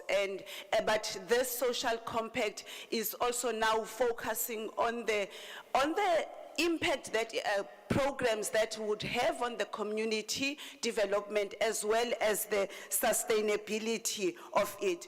Moreover, the social compact acknowledges the barriers of the community on the ground that they have in terms of accessing resources, whether they want to start business or they want to grow their business. And hence we are excited, therefore, as the civil society through this social compact. What would it take for the province to prevent jobs? I am not going to repeat what my colleagues have said. They've spoken about training, upskilling, and reskilling, and especially in the IT sector. We know that at least all of us, and especially the youth and young and women, we should have some basic in terms of the IT and how it operates. That's very critical moving forward. We also actually said that our colleagues also mentioned that we need to focus on rebuilding the industries that were adversely affected by COVID-19, especially tourism and textile industries. And we know that women in these two industries were severely impacted, and we know that they are the ones who are actually supporting homes, and we need to rebuild these two industries. We also said that as civil society, we shall create platforms to support SMMEs and cooperatives and lobby for access to resources. We know that especially some of the government agencies, you know, the small businesses, informal businesses, they sort of discriminated in terms of access to funds. So once you mention you are a co-op, they are sort of discriminated. And we know that it is not only their fault. So we can't pinpoint on the challenges that the co-ops have had, and we exclude ourselves as government as being part of the problems. So we need to collaborate with various agencies to actually drive the access of co-ops to get the funding. Also, as civil society, we shall engage government entities whose mandate is to help SMMEs and cooperative to have a more coordinated and coherent approach. This one is, we need to work together, because we know that there is an NDA, there is NYDA, there is CEDA, there is, you know, various agencies, but we need to work in a coordinated way so that our communities can get help out there. We are going to put more effort to ensure that young people who have undergone in-service training or internship really are supported.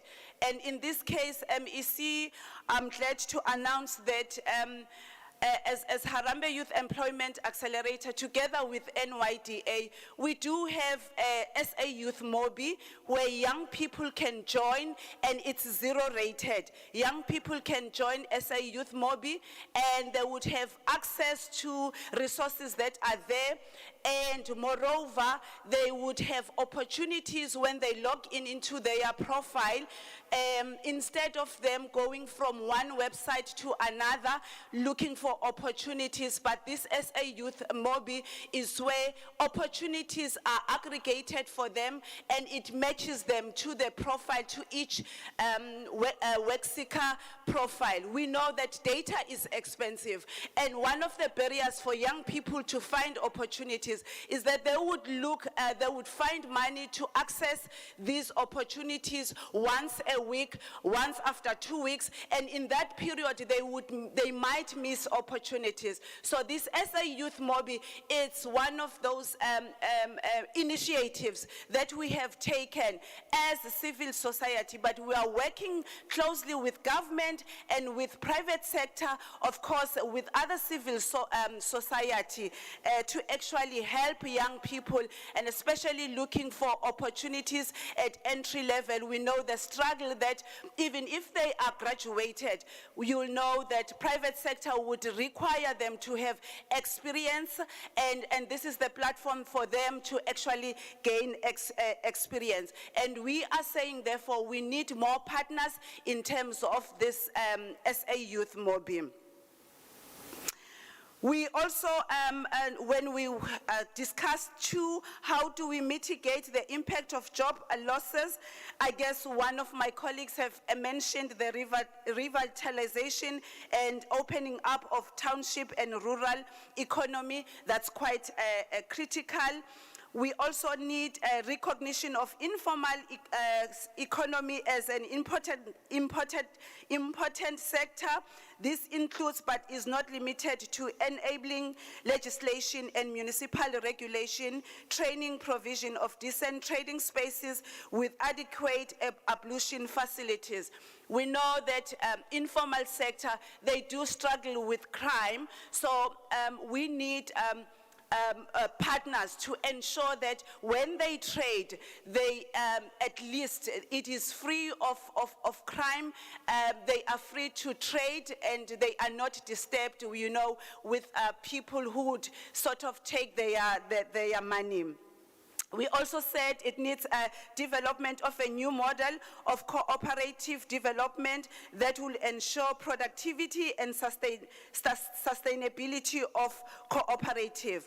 The new model should ensure majority ownerships of co-ops by women, people with disability, and the youth. That's quite critical, the youth and people with disability. We need to support them because, and especially during COVID-19, those are the people who are severely impacted by COVID-19. We also said that labor-intensive sectors such as construction and agriculture we need to more of those focus on that because it can absorb more workers. Civil society formation, co-ops, SMMEs, indigent communities should be empowered and resourced to participate in electricity generation where they could be able to power their towns and rural areas and to sell the rest to the ESCOM grid. Black-owned farms, through secured and land restitution, should be trained to manage their farms effectively, and the trust currently running these farms should be capacitated. This is critical because we know that, yes, there has been land restitution, but the issue is the chairperson is the only one who is benefiting. The chairperson and the family is the only one benefiting. The rest of the beneficiaries are actually not. And how do we promote purposeful enterprise development? We actually said structured, purposeful, and coordinated intervention by government departments, government agencies, and the private sector aimed at assisting SMMEs and cooperatives in order to reduce duplication. We have mentioned that we don't know, we need all these agencies that deal with the SMMEs, co-op. We need coordination so that our people could be helped on the ground. We also need civil society to develop a district-based database of SMMEs, cooperatives, and a pool of job seekers who have undergone various training.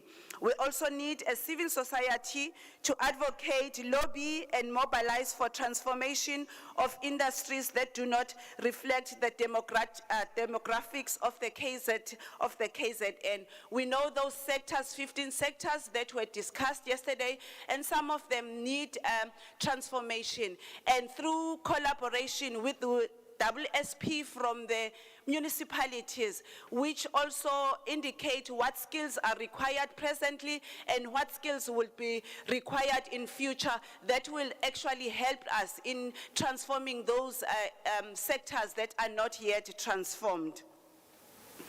We have identified some of the sectors, the 15 sectors, and the input was as follows. The creative industry, culture, sport, and recreation could play a major role in terms of if the role players are capacitated, they can play a major role in actually creating jobs, and if they are supported. The legislation that we have needs to empower them. And therefore jobs could be created in that sector. I have spoken about the informal sector, and some partners might see the informal sector as a nuisance, but otherwise it is said that it is the major, the informal sector and the small SMMEs, the unregistered one as well as the registered one, are the ones really that are absorbing people looking for opportunities, and it's really important in our strategic planning that we actually involve them. And they should also have access to markets, and they should be protected. And we know that big business lobby very hard. And for instance, if they lobby very hard, the government would implement some tariffs so that those tariffs would ensure that they protect their jobs. One of those tariffs, for instance, is in the poultry sector. We know that the government do implement such tariffs. And we are also saying, as the civil society, in the informal sector, we need our people to be protected. We are not against competition, but just like the private sector is protected, we need also protection from our people who are operating the spazas or actually in the informal business. We are saying, as the civil society, we need them to be protected. In terms of the transport and logistics, we know that Transnet made a presentation yesterday, which is great in terms of job creation in KZN, but we are also saying, as the civil society, we need more engagement as the civil society that is structured, so that we also have the input moving forward. We also know that the call centers industry is one of the growing sectors in the country, and we acknowledge the role of BEPESA that they are playing right now. And one of the speakers from the presidency yesterday actually mentioned that South Africa has been ranked #1 in terms of the contact center industry, and KZN is if we play our cards very well, and if we collaborate as all the partners here, we might find ourselves that in this BEPESA space, the contact center industry, lot of people could be absorbed in the contact center industry.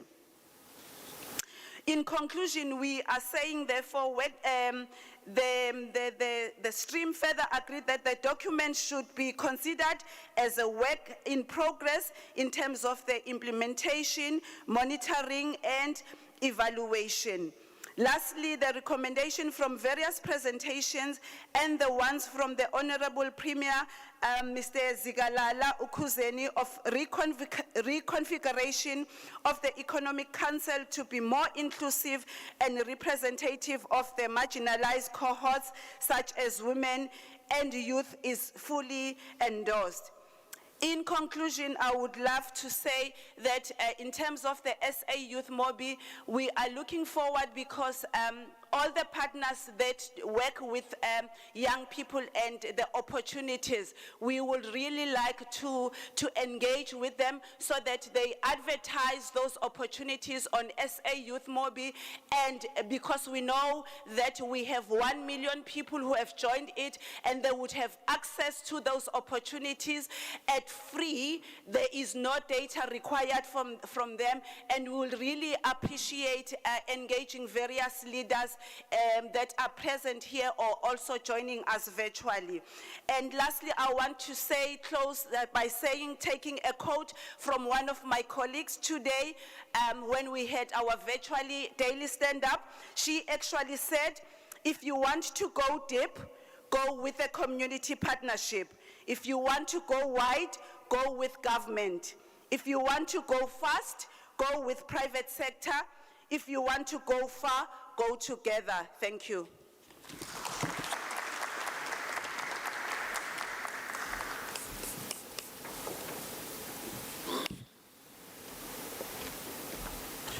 Siyabonga kwimbokodo owakithi lo mama uLadlamini. That's what we made of. Siyabonga Ntombi.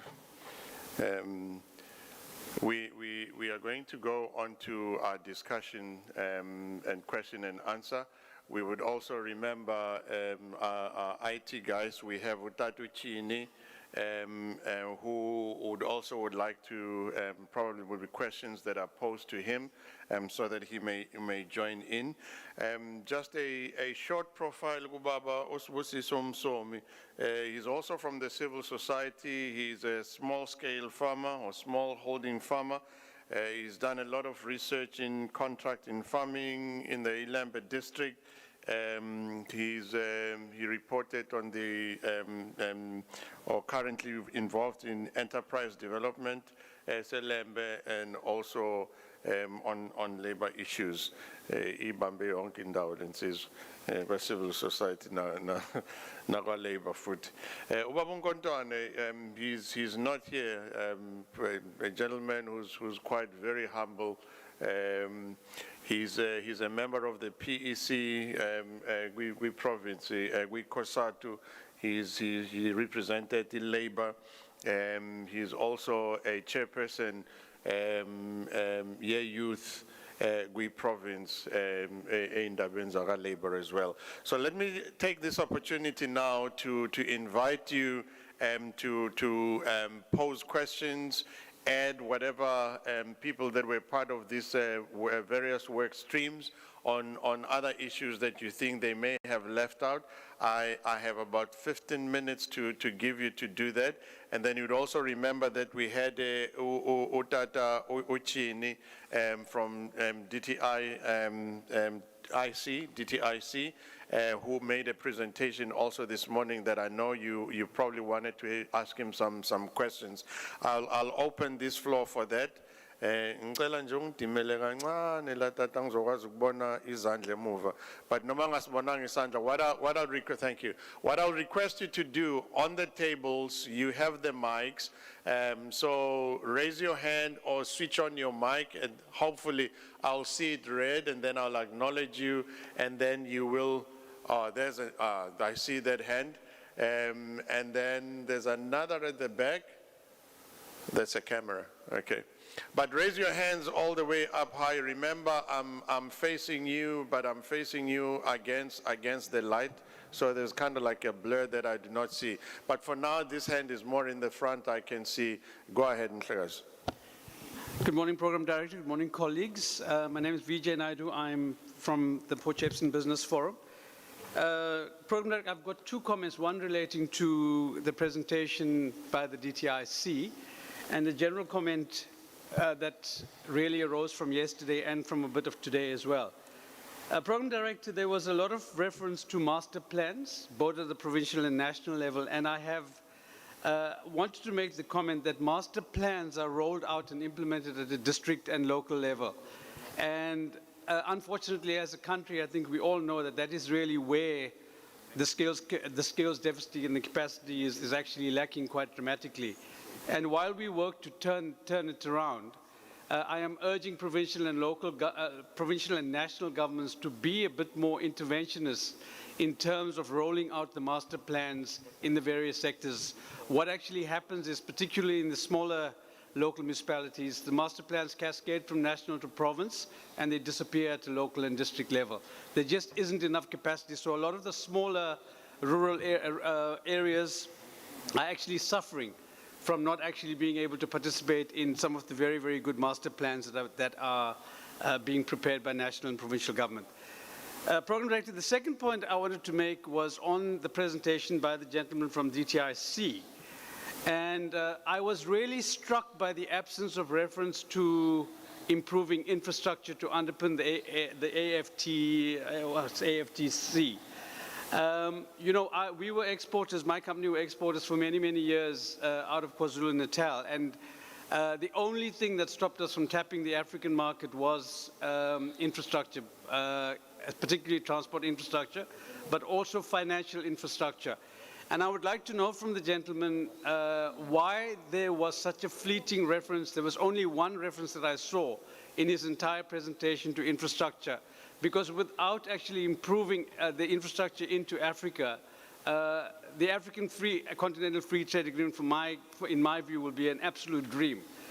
It's been talked about for years and years now. It's finally there on paper, but there needs to be a much bigger push to make sure that the infrastructure, the physical infrastructure and the financial infrastructure underpinning the trade agreement is actually going to make this happen, Chair. Thank you, Program Director. Thank you, Mr. Naidu. Any other hand? Yes, sir.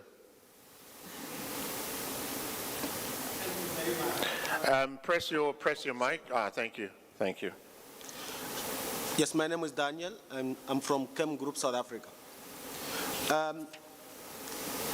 My question is to the gentleman from the Department of Trade and Industry who just made the presentation. We are trying to access African market, and we are having a lot of challenges in terms of our economic representation in Africa. You will send a request requesting the distributors in African countries, but the economic representative, they don't answer, they don't respond to you. You can send and send and send. So I want to find out from him, how can he assist us to access distributors in African market? Thank you. Thank you very much. You said your name was? My name is Daniel. Daniel? Yes, and I'm from Chem Group, South Africa. Chem Group, okay. Tatuchini, I don't know if you had those questions. I'm going to let you respond to those two questions. The one is assistance in terms of access to making this request in accessing the African market, which challenges they have had. Is there a way, is there a structure, is there a body, is there a one body, literally, that you could refer them to and in assisting those who are already operating in that space but are having hitting some brick walls in terms of getting responses, even on acknowledgement of the request for those opportunities. And then the second one was a perceived glaring absence in your presentation on infrastructure development and also financial development into these intra-continental trades. Would you go ahead and take those, Tatuchini?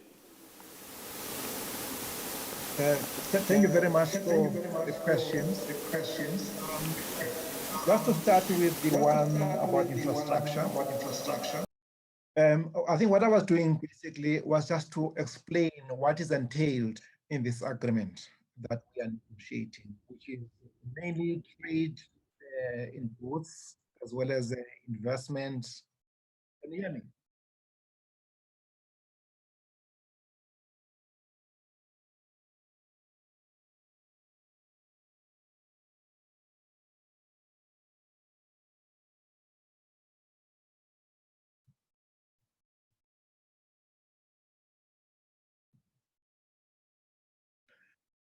Can I come in? Okay. Yes, Tata. Okay. So what I was saying that in a nutshell, I was just presenting what is entailed in this agreement itself. However,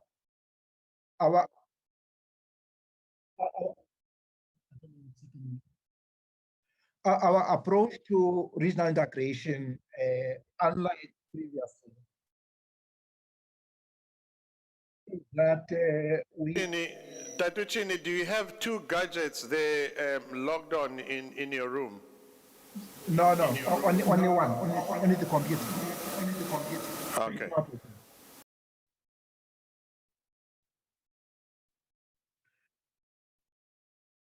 Let me take my phone to another room because I don't know what happened.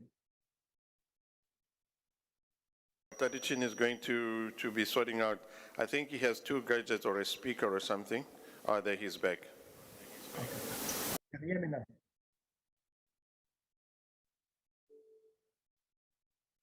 I'm not sure if it's me. So basically, what I was saying, so this agreement is mainly, I was presenting the framework of the agreement itself. However, our approach to regional integration is that we foresee that infrastructure development and programs for industrialization are part of the integration project. So this is not necessarily an area in which we are the competent authority in. However, we emphasize, actually we foresee that the agreement itself, it will facilitate and put pressure on those who are dealing with this aspect to work towards ensuring that infrastructure rollout is actually part of the program. However, insofar as the agreement itself, there is a chapter that has yet to be finalized on investment, and then also on trade and services. There's going to be an area that covers transport and so on. So as we roll out those, the details are going to emerge, and therefore it's going to send signals to those authorities that are charged with transport infrastructure and financial services to be part of the process. So it is foreseen, therefore, that aligned to this trade arrangement, there will be programs to ensure that there's better cross-border coordination in development of infrastructure, as well as for locally, so that the goods can move from one city to another, ultimately to the airports where they're supposed to be traded. Then on the area of economic representation on the continent, indeed, there is a unit within the GIC called Trade and Invest Africa. It is tasked with managing relations with African countries. So they are the unit that can assist you when you are not getting joy from the offices of the continent. Then they will facilitate those contacts for you. So I would be happy, you can share my contacts with them, they can send me the contacts, then I can link up with the offices that deal with the area of exporting to Africa. So they will help them to get support on the continent, that is in our embassies and our offices on the continent.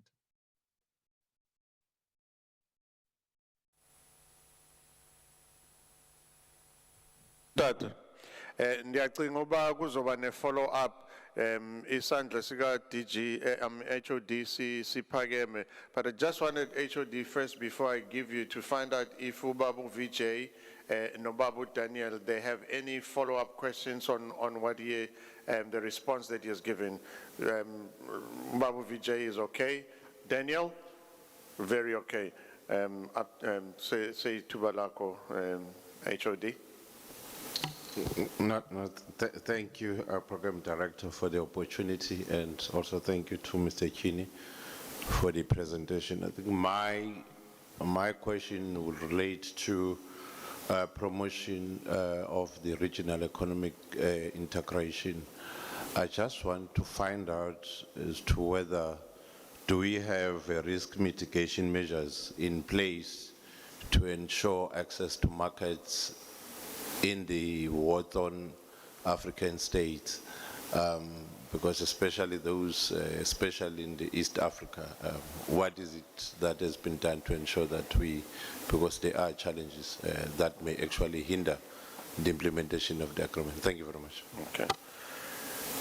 Tatuchini, ndiyacinga uba uvile lo mbuzo, notwithstanding the risk and challenges, mitigation factors that you have put up, but more specifically on the war-torn countries in East Africa. Thank you, sir.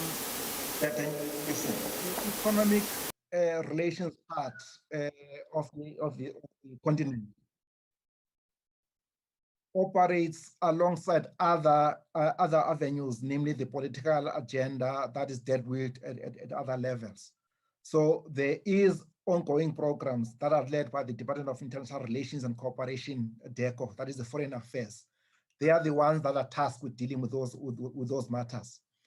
However, where we stand and our experience, if you look at the European Union, on which the African Continental Free Trade Area is premised on, it came about as a result or after the end of the Second World War, where European countries, they started 2 world wars, with the First and Second World War, and a lot of that, it had come about as a result of trade, especially the Second World War.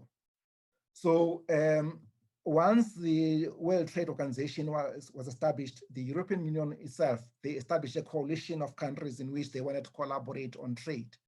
And as a result, you have not seen any major wars in Europe since the European Union was formed.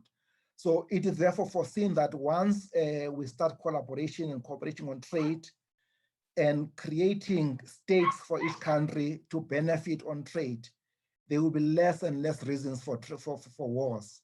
So that is why I was also mentioning that as part of the trade arrangement, we are doing this thing as Africa. It's not one country against another one. We are forming a new entity called the African market, in which all stakeholders are participating equally and they benefit.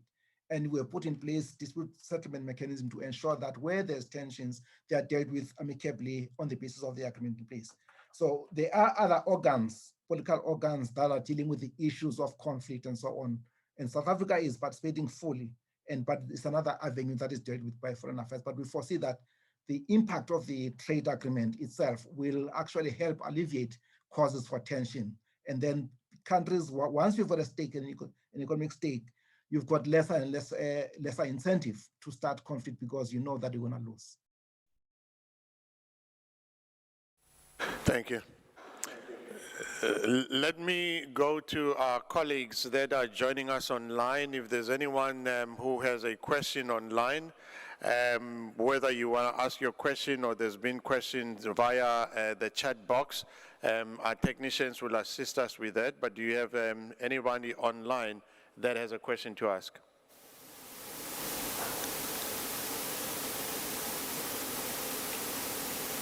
All right. HOD Sepumil, I was wondering if there was anyone that was going to respond on the comment Obaba OVJ with regards to the cascading of the master plan, national, provincial, and then going all the way down. Not preempting Mr. Naidu a way forward. But there will also plans within the council itself where that is taken into consideration. If you consider we had Mamupa Bram Gujini and Lisa Del Grande who were here, who are going to be part of the implementation program after this, who are going to be dealing with the issue of the national master plan. And we would remember that everything that we discuss at an economic council level and all the issues that have been discussed and the presentations and all that we're going to be we're going to consolidate everything put together, come up with an implementation model that will implement the Economic Council. And implementation happens at districts, implementation happens at the local municipalities. You would also remember that those districts and those municipalities on their own have their own strategic plans on these sectors and all of that. So that would be taken into consideration. There are plans into that, but just wondering if probably HOD or anybody, you directed that in government in particular. HOD? No, thank you very much, Program Director. I think you are correct. As has been well articulated by His Worship, the Mayor of eThekwini, they do have their own council. Our expectation is that the district themselves, they will have the same structures, and of course they do have DDAs that focuses on economic growth and development in their respective district that operate within the context of the DDM. So we are expecting that they will then be able to interact and interface with these programs as we deal with implementation. We have wall-to-wall municipalities, so everything happens in the municipal space. So our expectation is that whatever we do here will find expression at that particular level and will facilitate that. Thank you very much. Thank you, HOD. Any other comment on what the HOD has said, or any other follow-up and any further question? Babu Naidu? Yeah, Premier, thank you. I'm partially covered by what the HOD said, but I also sit as board member of our local DDA as well. And I think the point I made was that absolutely, and I think MEC made this point to me personally, and I think Premier did yesterday as well, that we are looking to build a capable government at all levels, all the way down to district. But I think that's taking time. And in the situation we are at the moment, all I'm saying is while this is happening, that province and national needs to take a more interventionist approach to try and assist where they see the municipalities failing. And our district municipality down in, my district municipality has failed. It's on the brink of failure, without a doubt. I come from the Ugu district, and everybody knows how bad the situation is in Ugu. So the fact is that the capacity is solely lacking. They are fighting for survival in most cases. And I think all I'm saying is we need a more interventionist approach just until this capacity is built. And I acknowledge that steps have been taken to improve the capacity. But in the meantime, jobs are continuing to be lost, businesses are continuing to close. So that's all I'm saying, would like to put on the table, Program Director, is that a slightly more interventionist approach be taken by both national and provincial government where they see district and local municipalities suffering. Thank you. Thank you. Thank you. Thank you, Mr. Naidu. All right. Are there any other questions, both online and in the House? Oh, Babukina. Thank you, Program Director. Let me make a comment, Program Director, on the master plan. I think, I don't think government will actually able to provide answers to everything. But I think if one look at how business is actually structured, one may say, if you look at the master plan which has been developed by DTIC, and also look at how business is actually structured, business, Program Director, is fragmented into quite a number of different actually organs.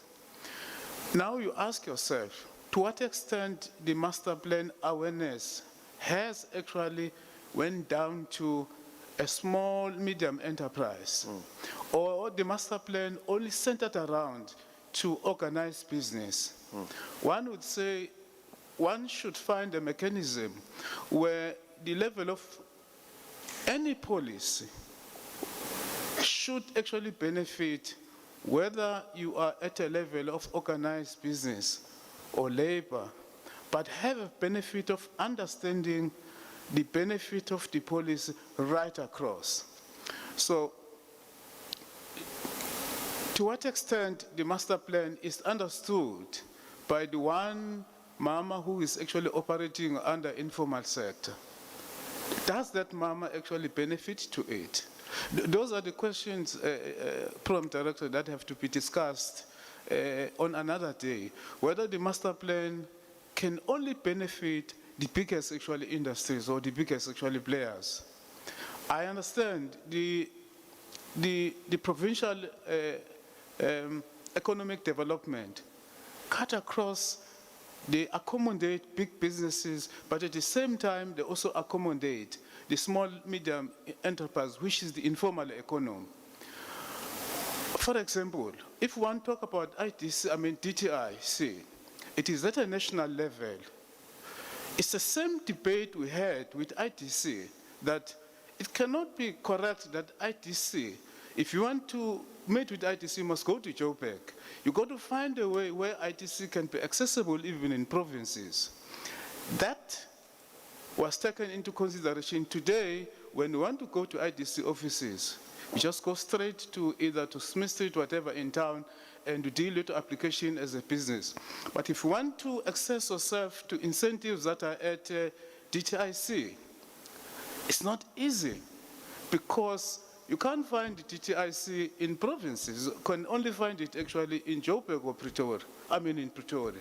So those are the debates that perhaps that we need to break them down, but not today, perhaps on another day, Program Director. Thank you.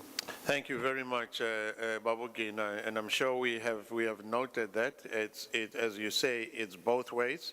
That once information gets to the social partners, cascading it down also is their responsibility, but also the issue of sustainability. Tatuchini, I'm just going to give you, if there's any last comment that you have, we're wrapping up this comment. What would be your last comment, Tatuchini?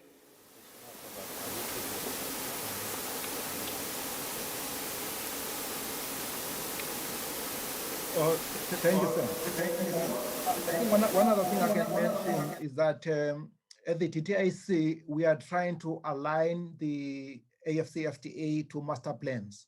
So we're working in conjunction with the units that are working on the master plan to ensure that as they develop the master plans, they must have this agreement, the continental agreement in mind, so that when they devise sectors, develop products, and so on, they must do this with the aim of ensuring that we are in a position to take advantage of the agreement.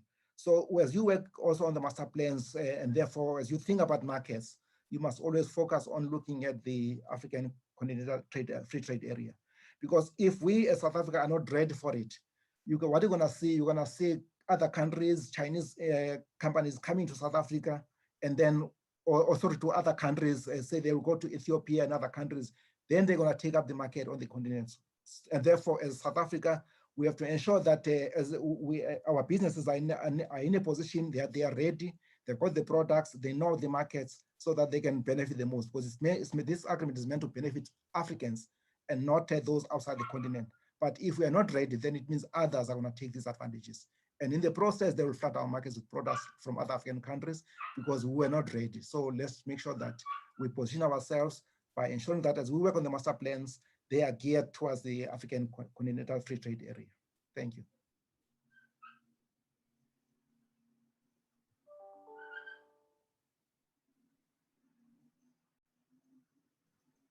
I've lost the sound.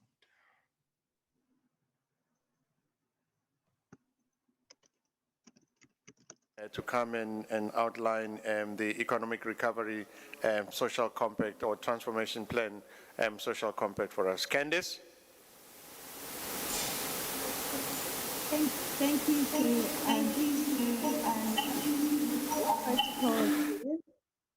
I just wanted to raise, in terms of implementation, would it be possible to put in place some restrictions on local municipalities? Because as we all aware, everything is tight. Everybody is needing to raise more funds. And if we're going to try and open up the sector and increase investment in our province, we're going to need to be able to put a cap on what local municipalities can charge, because we, when it comes to rates increases and things like that, that can all go against the economic viability of your area to promote investment.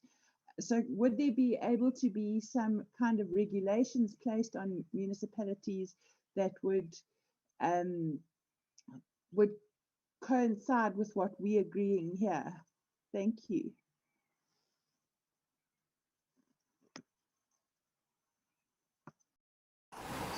All right. Thank you, Candice. I think Candice is talking about some regulation within municipalities that would allow a cap on taxation by the municipality in order to promote business development and growth. I don't know if there's anyone in the municipality, or she was just putting that request forward, or there needs to be a comment on that. Okay.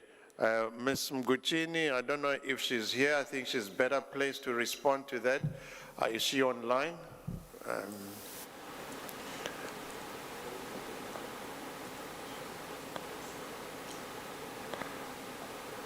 We're just checking if Ms. Mguchini is online, and maybe she could respond to that, and then from there we will have DDG.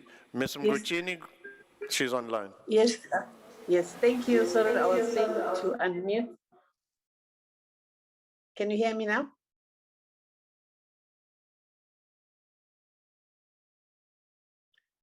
I've unmuted myself, but I can't hear.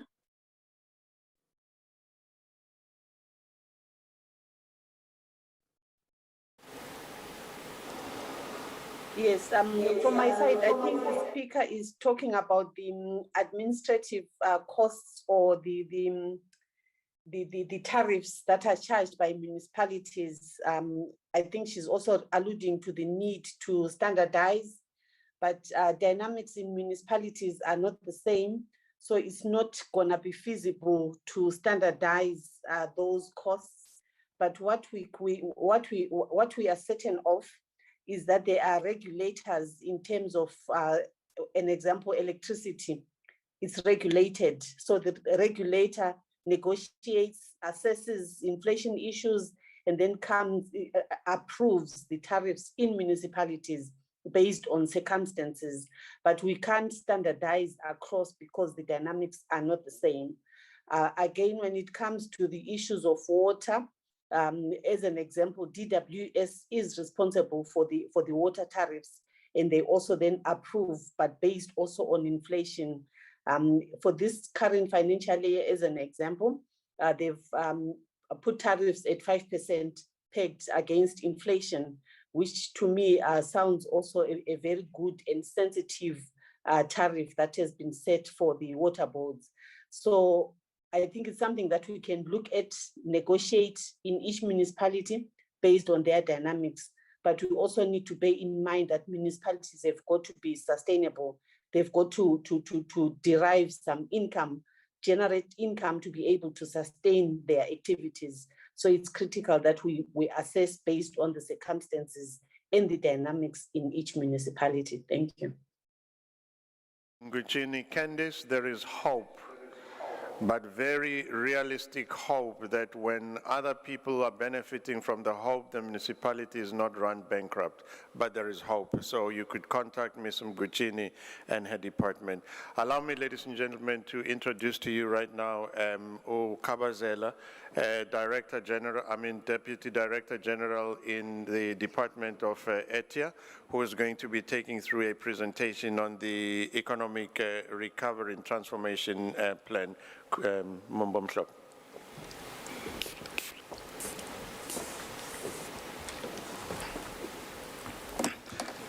Thank you, Program Director. In the interest of time, let me observe all the protocols in terms of greetings and acknowledgement. I'm here to just provide a synopsis of the social compact framework that we are here to discuss. I'm not sure why it's not moving, but I will start by indicating that in terms of the structure of this social compact framework, it's structured as follows, where there is a preamble, there is social partner statement and of joint purpose, provides the economic context, and also the principles and strategies underpinning this process, and the issues of protection of jobs, and the agreement on joint monitoring of the social compact, and the economic sector specific interventions, and then lastly, the social partners commitment schedule. We will be providing the soft copies, we'll be providing both the soft copies and the hard copies of the document. I think for delegates who are here, they will be receiving. In terms of the preamble, we start by quoting directly from the first citizen of the country, our President Ramaphosa, where basically he indicated on the 21st of April last year that our economic strategy going forward will require a new social compact amongst all role players, business, labor, community, and government, to restructure the economy and achieve inclusive growth. Also, our Premier of the province in January 2021 indicated that the KZN has developed the Reconstruction and Transformation Plan, and then it's important then for social partners to collaborate in terms of implementing the sector interventions that are there. Then we moving to look at the social partner statement of joint purpose. Basically, the KZN Economic Council partners, they've embraced the challenge to reconstruct the economy to improve the lives of the people. That's the commitment that the partners have made. And the Economic Recovery and Reconstruction and Transformation Plan has therefore been developed to lay the basis for coordinated response towards building a better economy for all KZN citizens. And as part of the statement, they are going to be formulating very clear and precise commitments. We will show you in the document that I'm presenting today in terms of what commitments at a broad level have been done, and also finding solutions to unlock the bottlenecks identified in implementing catalytic projects. And also the M&E framework is going to be provided to make sure that there is accountability in terms of understanding the roles, responsibilities, timelines, the resources that have been allocated in terms of implementing this. As already indicated, that this document will evolve because the current situation that we find ourselves is evolving.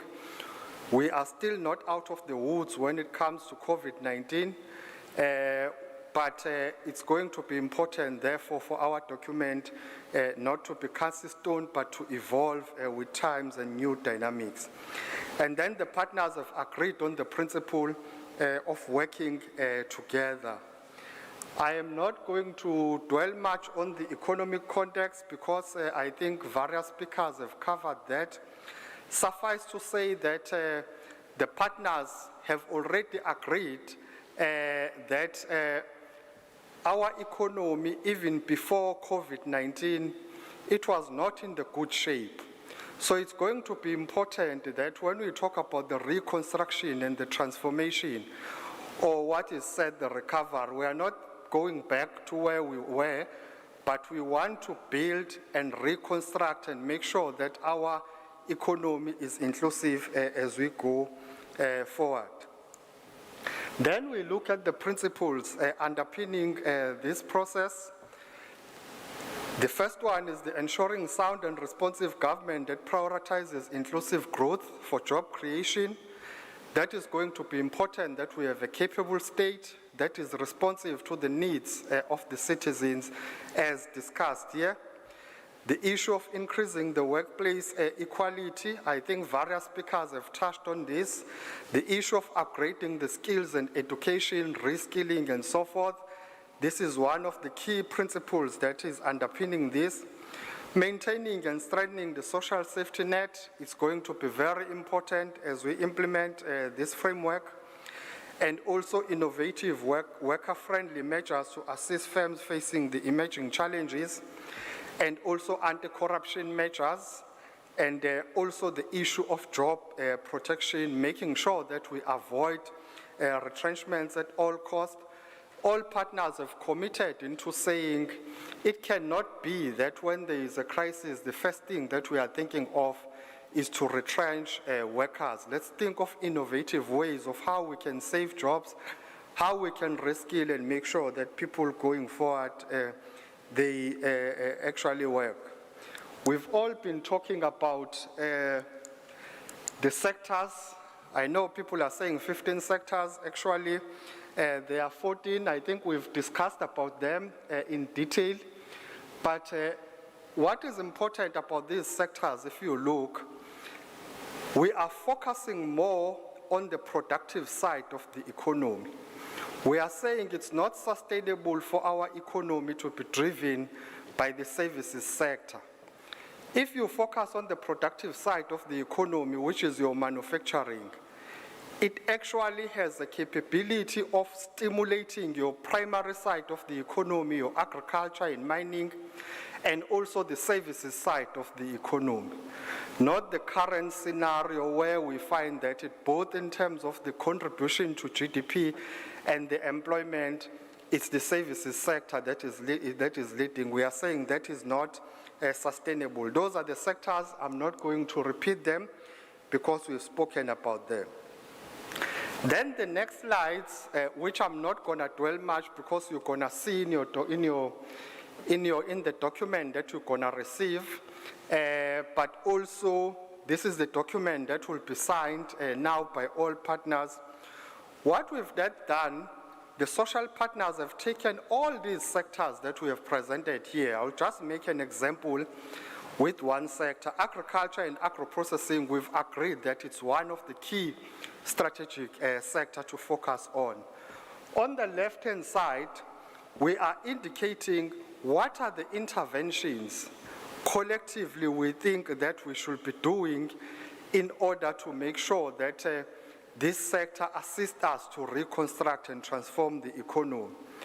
We talk about the issues of providing PPE support for farmers, labor tenants, one home, one garden, household food security issues, the scaling up of implementation of farmer support programs, and promote transformation within the fertilizer and the seed production so that our farmers, they are involved throughout the whole value chain of agriculture.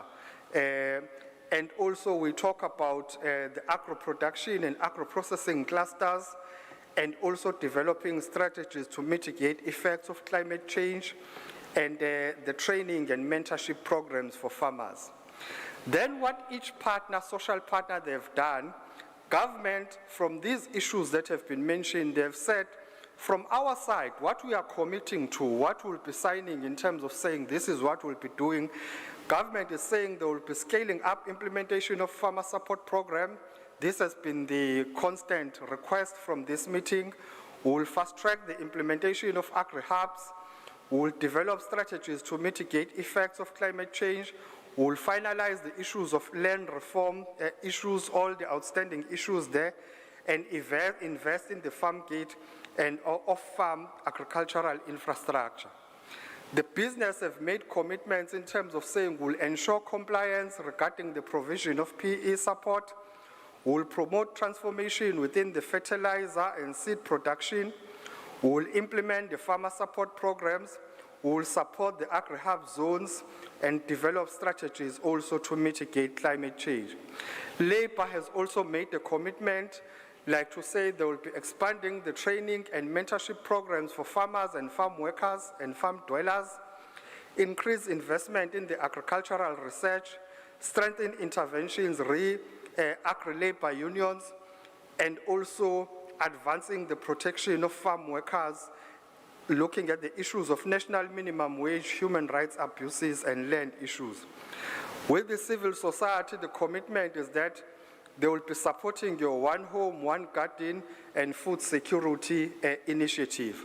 I spend time on this so that you just get a sense in terms of how the document is structured. We then move per each and every sector. We do that where each and every partner, the clothing and textile, where government is committing into saying we'll fast track the establishment of the clothing and textile SEZ, which is going to take a form of a corridor approach, leveraging the comparative advantage of the province when it comes to clothing and textile, from Newcastle, where we have a lot of CMTs coming down to Ezakeni, Ladysmith area, down to Moy River, where we had quite a number of people with expertise, Maritzburg with their leather strengths and capabilities, Hammersdale, we know the factories there, Pinetown, coming down to Stebe, going to Makatini, where we are looking at the cotton manufacturing, where we are saying cotton production, where we are saying it's going to be important that the input cost, we don't import cotton from other countries, but we start producing it here, and also going down to Richards Bay and exporting it.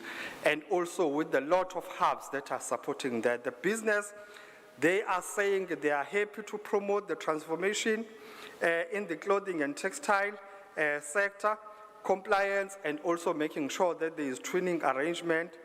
The labor, they've also spoken about identifying priority factories in districts and put in place intervention to deal with those, and promote and encourage buying locally. Civil society facilitate access to raw materials, and also making sure that they buy locally. They've committed themselves also to do that and advocate for local production in doing so. So for all the sectors, as I've said, I'm not going to read creative industry, finance. You can see in finance, all the social partners, they have said it's going to be important that in the province we have the State Bank, We maintain having the State Bank. We know that Itala, SOC Limited, is trying to obtain the full banking license.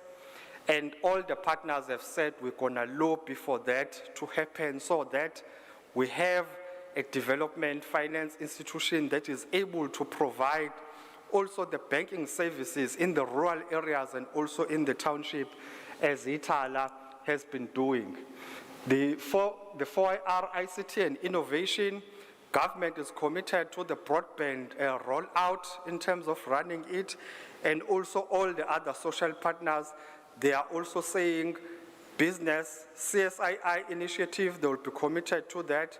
Labor, securities, civil society, most importantly, they've also said we will also capacitate our communities to embrace the 4IR, like we discourage what is happening with the destruction of the towers and so forth.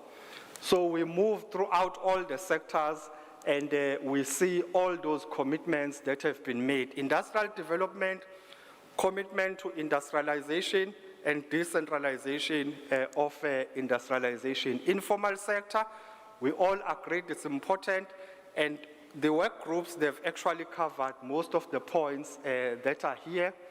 Infrastructure development.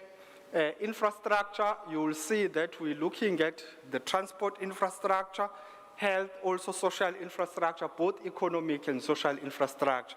Trade and investment, all the commitments that have been made, mining and mineral beneficiation, oceans economy, tourism, which is the last sector. Most importantly, as we close, is to indicate that this document will now be workshop. There is going to be a workshop that we have where we discuss it in detail. We start putting the M&E framework, we put the timelines, the roles and the responsibilities, the resources that we allocate as we go forward. But the good thing is that all of us now, we are saying we are committed as social partners to make sure that we support this social compact framework document. Thank you very much, Program Director. This was just the synopsis. As I indicated, you will be getting the document. Thank you.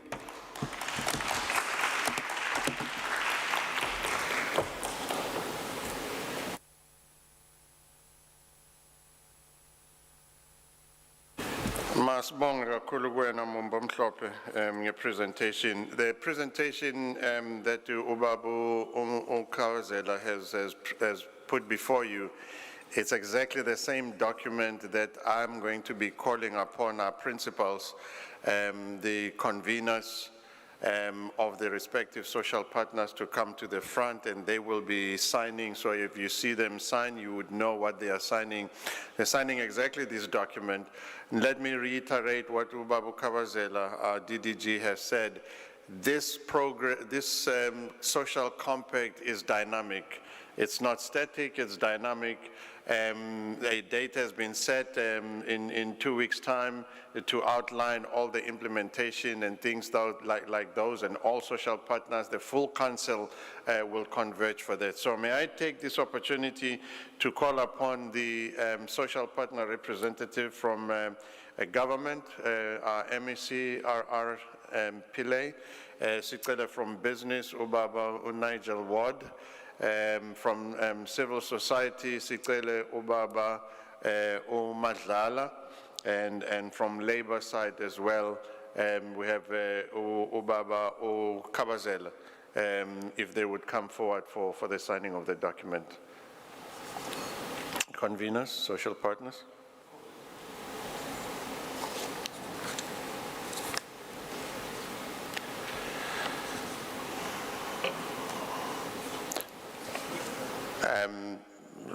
Just for your interest, for your information, there are Babum Kung.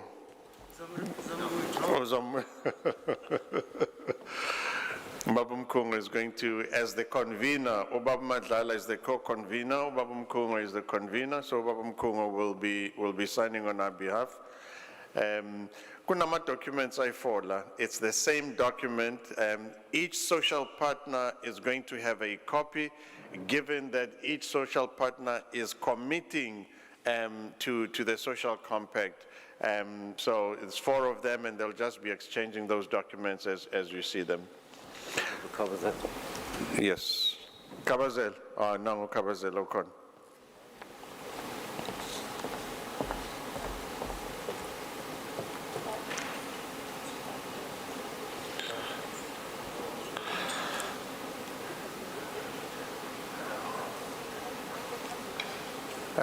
We have members of the media, and I should suppose from the protocol, bacele ukuthi bazothatha ithombe from the table as the partners are signing.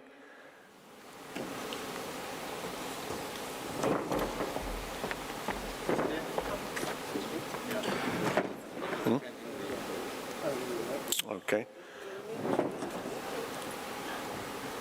Ubabu Kabazela is just going to be walking shortly and up.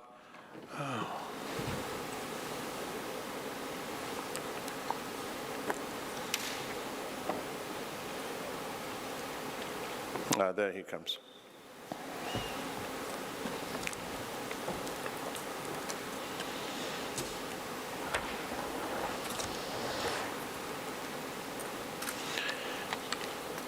We now have a full complement of the social partners from Labour, Onopala, Wesifundazwe.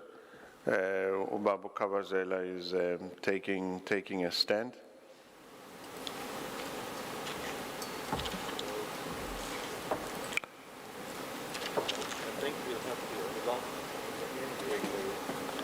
Sorry.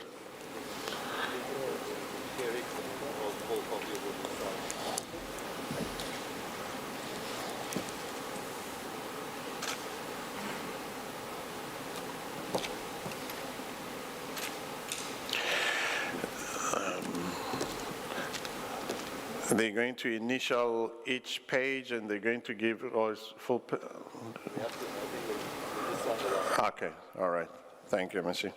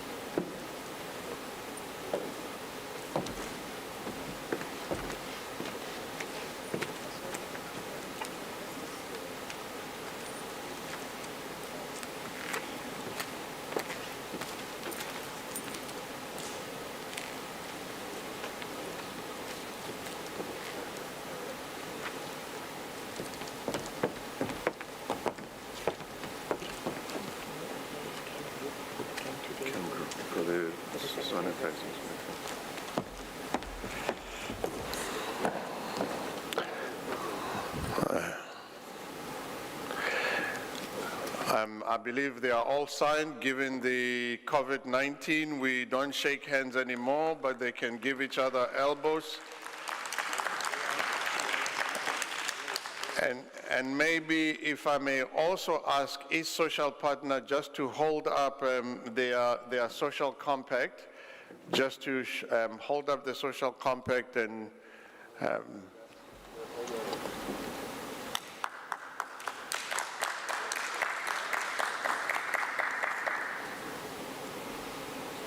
Thank you. all right. Again, we are just about to ask the chairperson of the Economic Council, MEC R.R. Pillay, to give his closing remarks. But before we do that, may I take this opportunity to acknowledge this company? Just hold the bottle up. Netcam? Chem Group, it's called the Chem Group. Chem Group are the ones based in Pinetown who have donated these sanitizers for this occasion. Local guys, buy local, and support them as much as you can in making sure that they not only create jobs, but they go ahead in keeping us alive. There's also a smaller bottle, complimentary from them, that can be your take home, keeping them in your car, give to your children, give to your families, not the bigger ones are for fogging and all that, but those ones are for you to take home. So once again, a big round of applause to the Chem Group.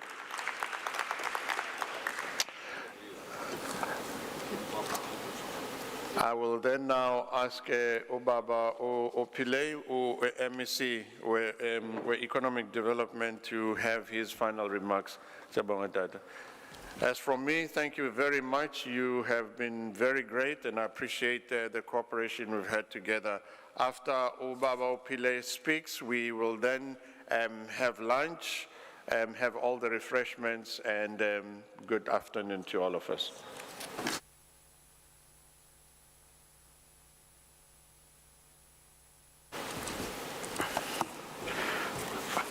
I think at the next meeting, we'll have to develop rules around ambush marketing.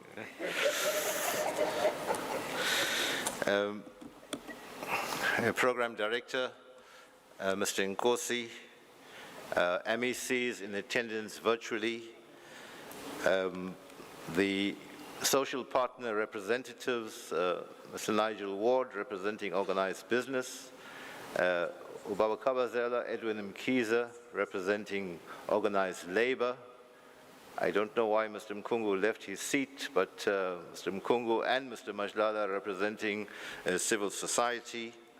I'm not sure if Ndabazita or Nkosi Divi Zondo and Nkosi Piti Zulu are still with us, but we're, Ndabazit, thank you for being here. I think traditional leaders are an extremely important leaders in our society, and we're very pleased that you were able to be here both yesterday and today.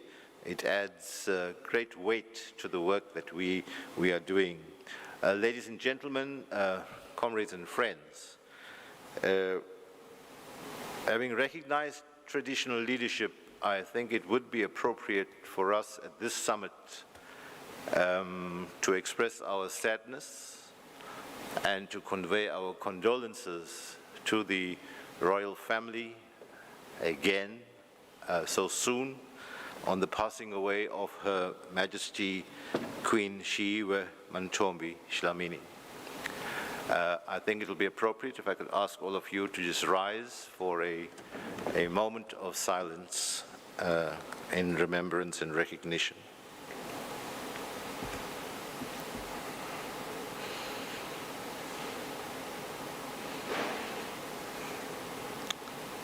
May the soul of our dearly departed Majesty rest in eternal peace. Amen.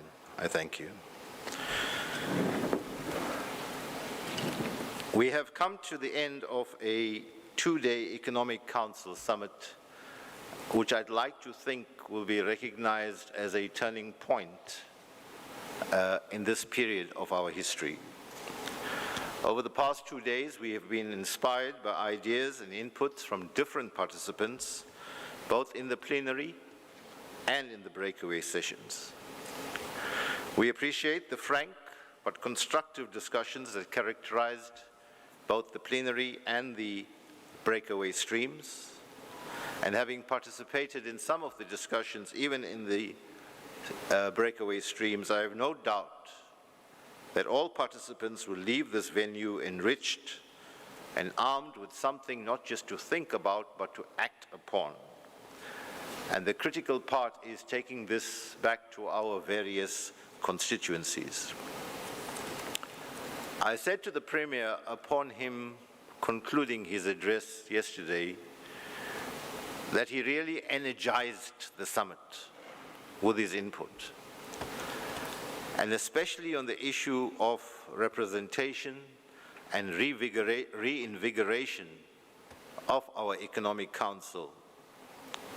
During his address, the Premier warned all of us that if we do not invest in young people who will understand that dialectical link and relationship between business and labor as defined by the unity and struggle of the opposites, it means we have got a risk for tomorrow. Turning to civil society, he commented, civil society needs young people who will bring new ideas, and civil society is not just civic organizations, it's a much wider, diverse field that includes academia, for example, which was a specific example that he raised. So we are going to need people who are going to provoke and present new thinking. We should ask ourselves when we meet, are we not suffering from stagnation, unquote. And that's a very sharp challenge that he's posed to us. But I'm pleased also to be able to immediately respond to him that I see a new energy. When Nokukanya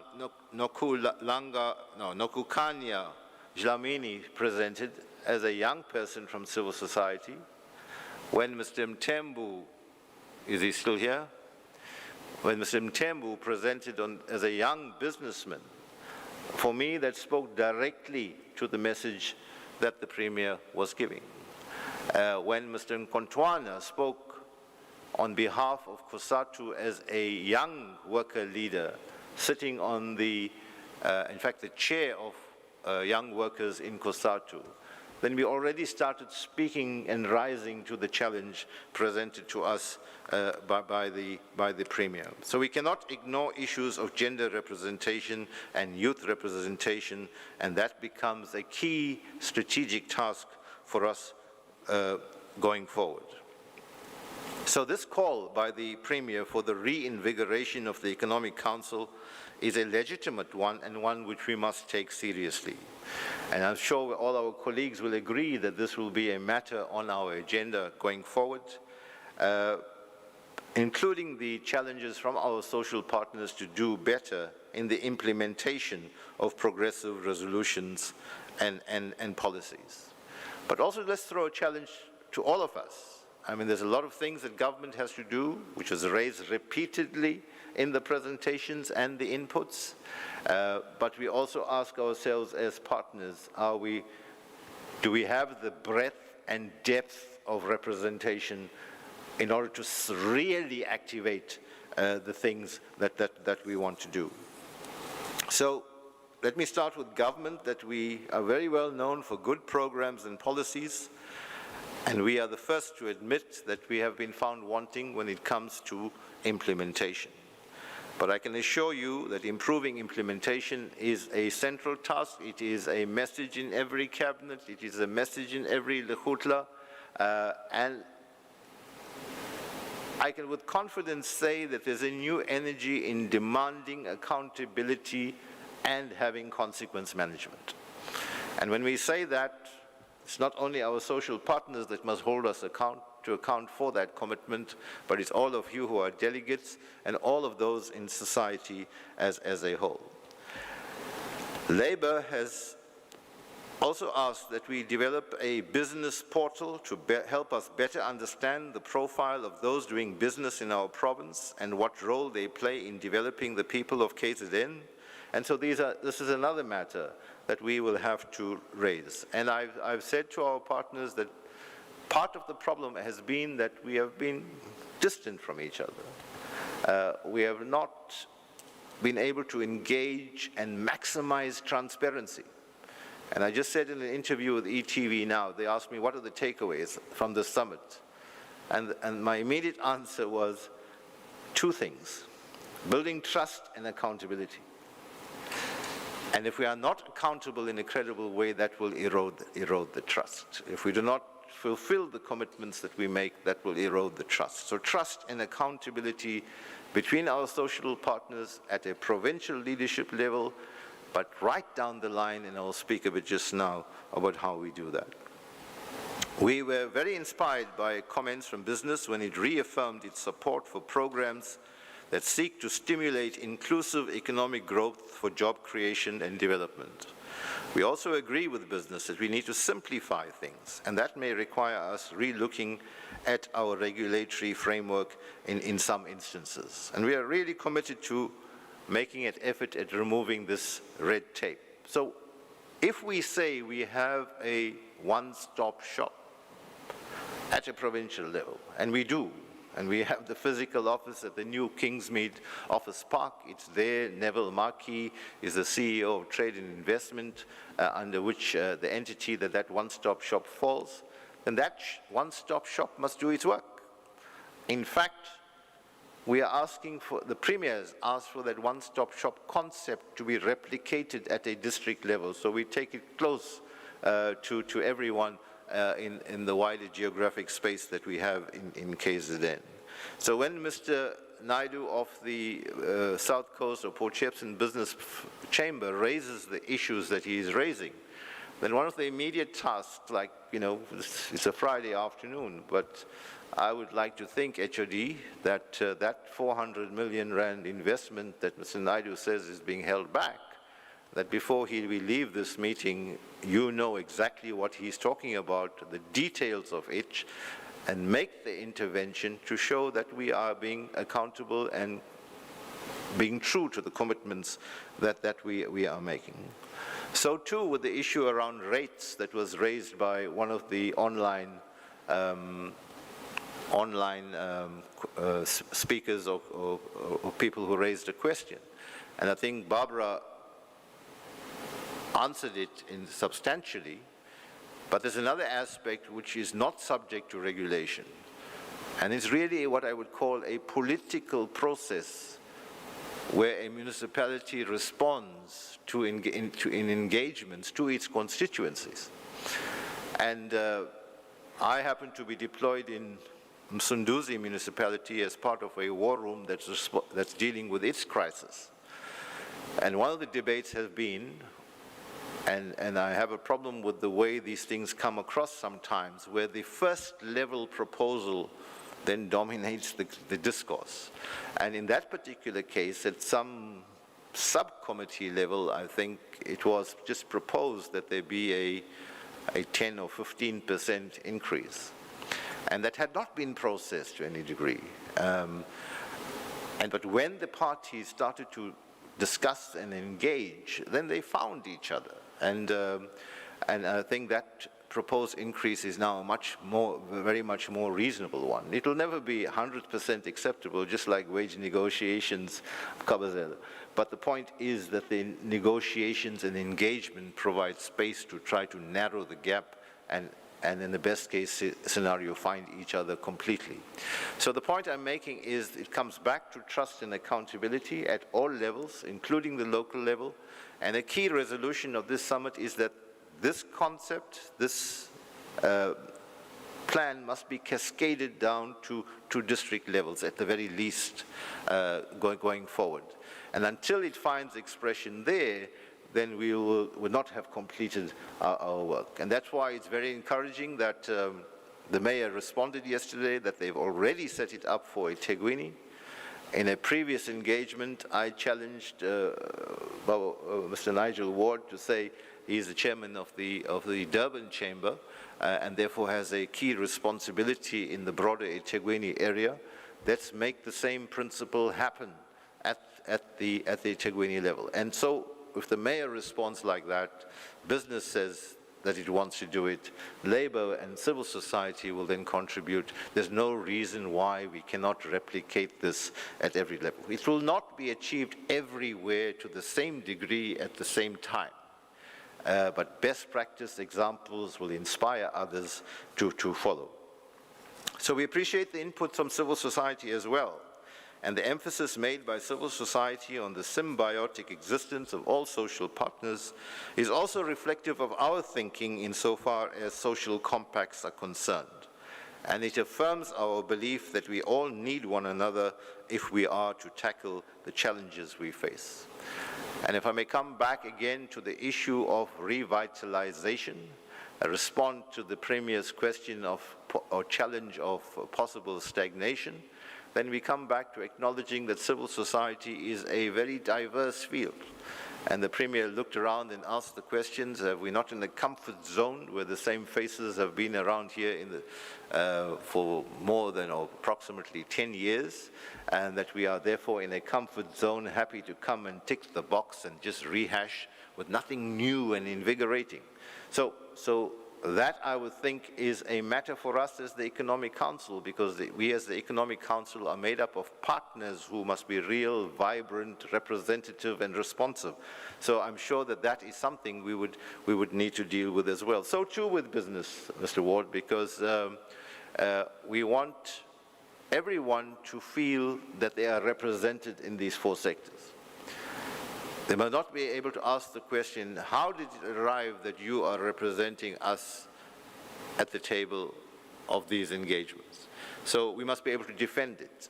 If others don't take advantage of the opportunities that are made available, that's another issue. But it must not be said that we came in and closed the door. And I think that's important work for us going forward. So when we signed this social compact, this is obviously not the end.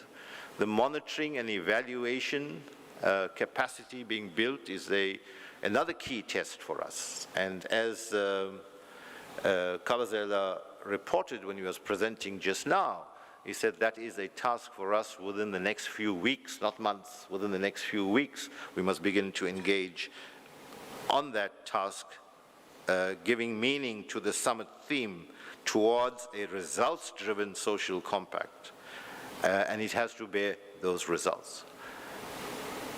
At the nitty-gritty practical level are those, we've actually consolidated it into 14 sectors. It was 15, but infrastructure had been broken up into road, rail, and air at the one level, and water, sanitation, and water, energy, and sanitation. But we brought it in under infrastructure generally. So we now are talking to 14 sectors. So within each of those sectors, there has to be an engine driving that particular sector. Again, it's our responsibility as the economic cluster to make sure that that capacity is built and that there is real work being done in each sector, including the informal sector. And I noticed, although I was not following on my laptop, that somebody like Pat Horn had been connected here as a virtual participant. And Pat Horn is arguably one of the most seasoned activist representatives of the informal sector.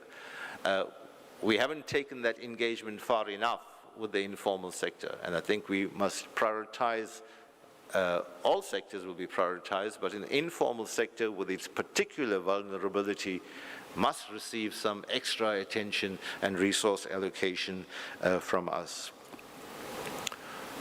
I think the issue of the UIF and the Labour Action Plan presentation by Ms. Bronkhorst, was it, from Department of Labour, was an eye-opener for me.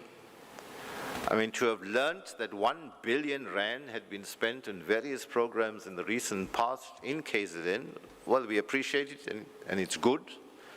But monitoring and evaluation again comes in. Where was it spent? And there was some detail given, but the detailed accountability has not been there, but we need to set up the mechanisms for that. But more importantly, for future allocations, we must make input and in fact try to increase that allocation if it is possible. Have a fair geographic spread. Make sure it's also it's targeting those sectors that we want the investment in. The truth is that too often we spend large amounts of money on matters which become white elephants. And so that evaluation at every stage prior to implementation and post-implementation evaluation becomes very important. So too with the Transnet, which, as I've repeatedly said, is probably going to be the single biggest investment in KZN over the next few years. And we welcome Transnet's input. I think we grasp their hand that they are putting out to say to work with them. But again, the principles of accountability and transparency will be central to that. I think important questions were raised about the ACFTA, and I want to say that the summit has even educated me to a great degree. The quality of the presentations that were made by all those who, from at a national level or every level, has been extremely empowering, and we must now build on the information that has been provided to provide practical implementation plans. So to achieve this, the clear monitoring and evaluation framework becomes an absolute critical matter. I think Vijay raised the issue of the master plans, unpacking those master plans. How are these master plans finding expression in our province and down to the districts? There's a powerful clothing and textile master plan. There they have secured commitments to increasing the local content. I think it's up to 60 to 65%. That's a powerful, and from where I'm sitting, I'm already seeing the results together with the kind of tariff and other policy changes. The cumulative effect of that, we are seeing a growth in it. Let's remind ourselves that at one point, I think KZN employed up to 300,000 employees in the clothing and textile industries. I think it fell to about 30 to 40,000 at its worst. And I believe it's now rising to about 90,000. That's the last statistics that I saw. But there's potential for even far, far greater maximization of that employment potential. And so those are the growth areas that we have to identify and do intensive work to build confidence, build trust, build accountability, but ultimately the final figures are how many people are employed. The ICT sector is another sector that I want to suggest must receive some priority attention. And here there's a lot of work for us as government to work with all sectors to improve the general ICT infrastructure and connectivity in KZN. It becomes a key competitive element to attract business. We were reading an article the other day that talks about it's part of the whole future of work debate and how many of us are now working from home and how many people from Gauteng are buying second homes and where they are buying it because they are working from home. And the key question that needs to be answered in any decision as far as that is concerned, because the reason they are doing that is because they can work remotely. And can they work remotely if the infrastructure connectivity is not up to the standard that it should be? So these are all these matters that we have to prioritize and be part of our activation plan. So as stated yesterday, this is not a static document, one that will and can and will be changed to adapt to the ever-changing demands of our economic situation. As I said, within weeks, we will convene the workshop, which will be responsible for establishing the implementation and the clear monitoring and evaluation framework for the social contract. It will also set out the clear time frames for the implementation of the specific programs contained in the social compact document. So the real hard work begins now. Let us drill down to the detail and ensure implementation. Only then will we confidently say that this summit will be looked back as a milestone on a new period of renewal, energy, and implementation. Thank you for attending. Thank you for listening. I wish you all the very best. Thank you. Siyabong.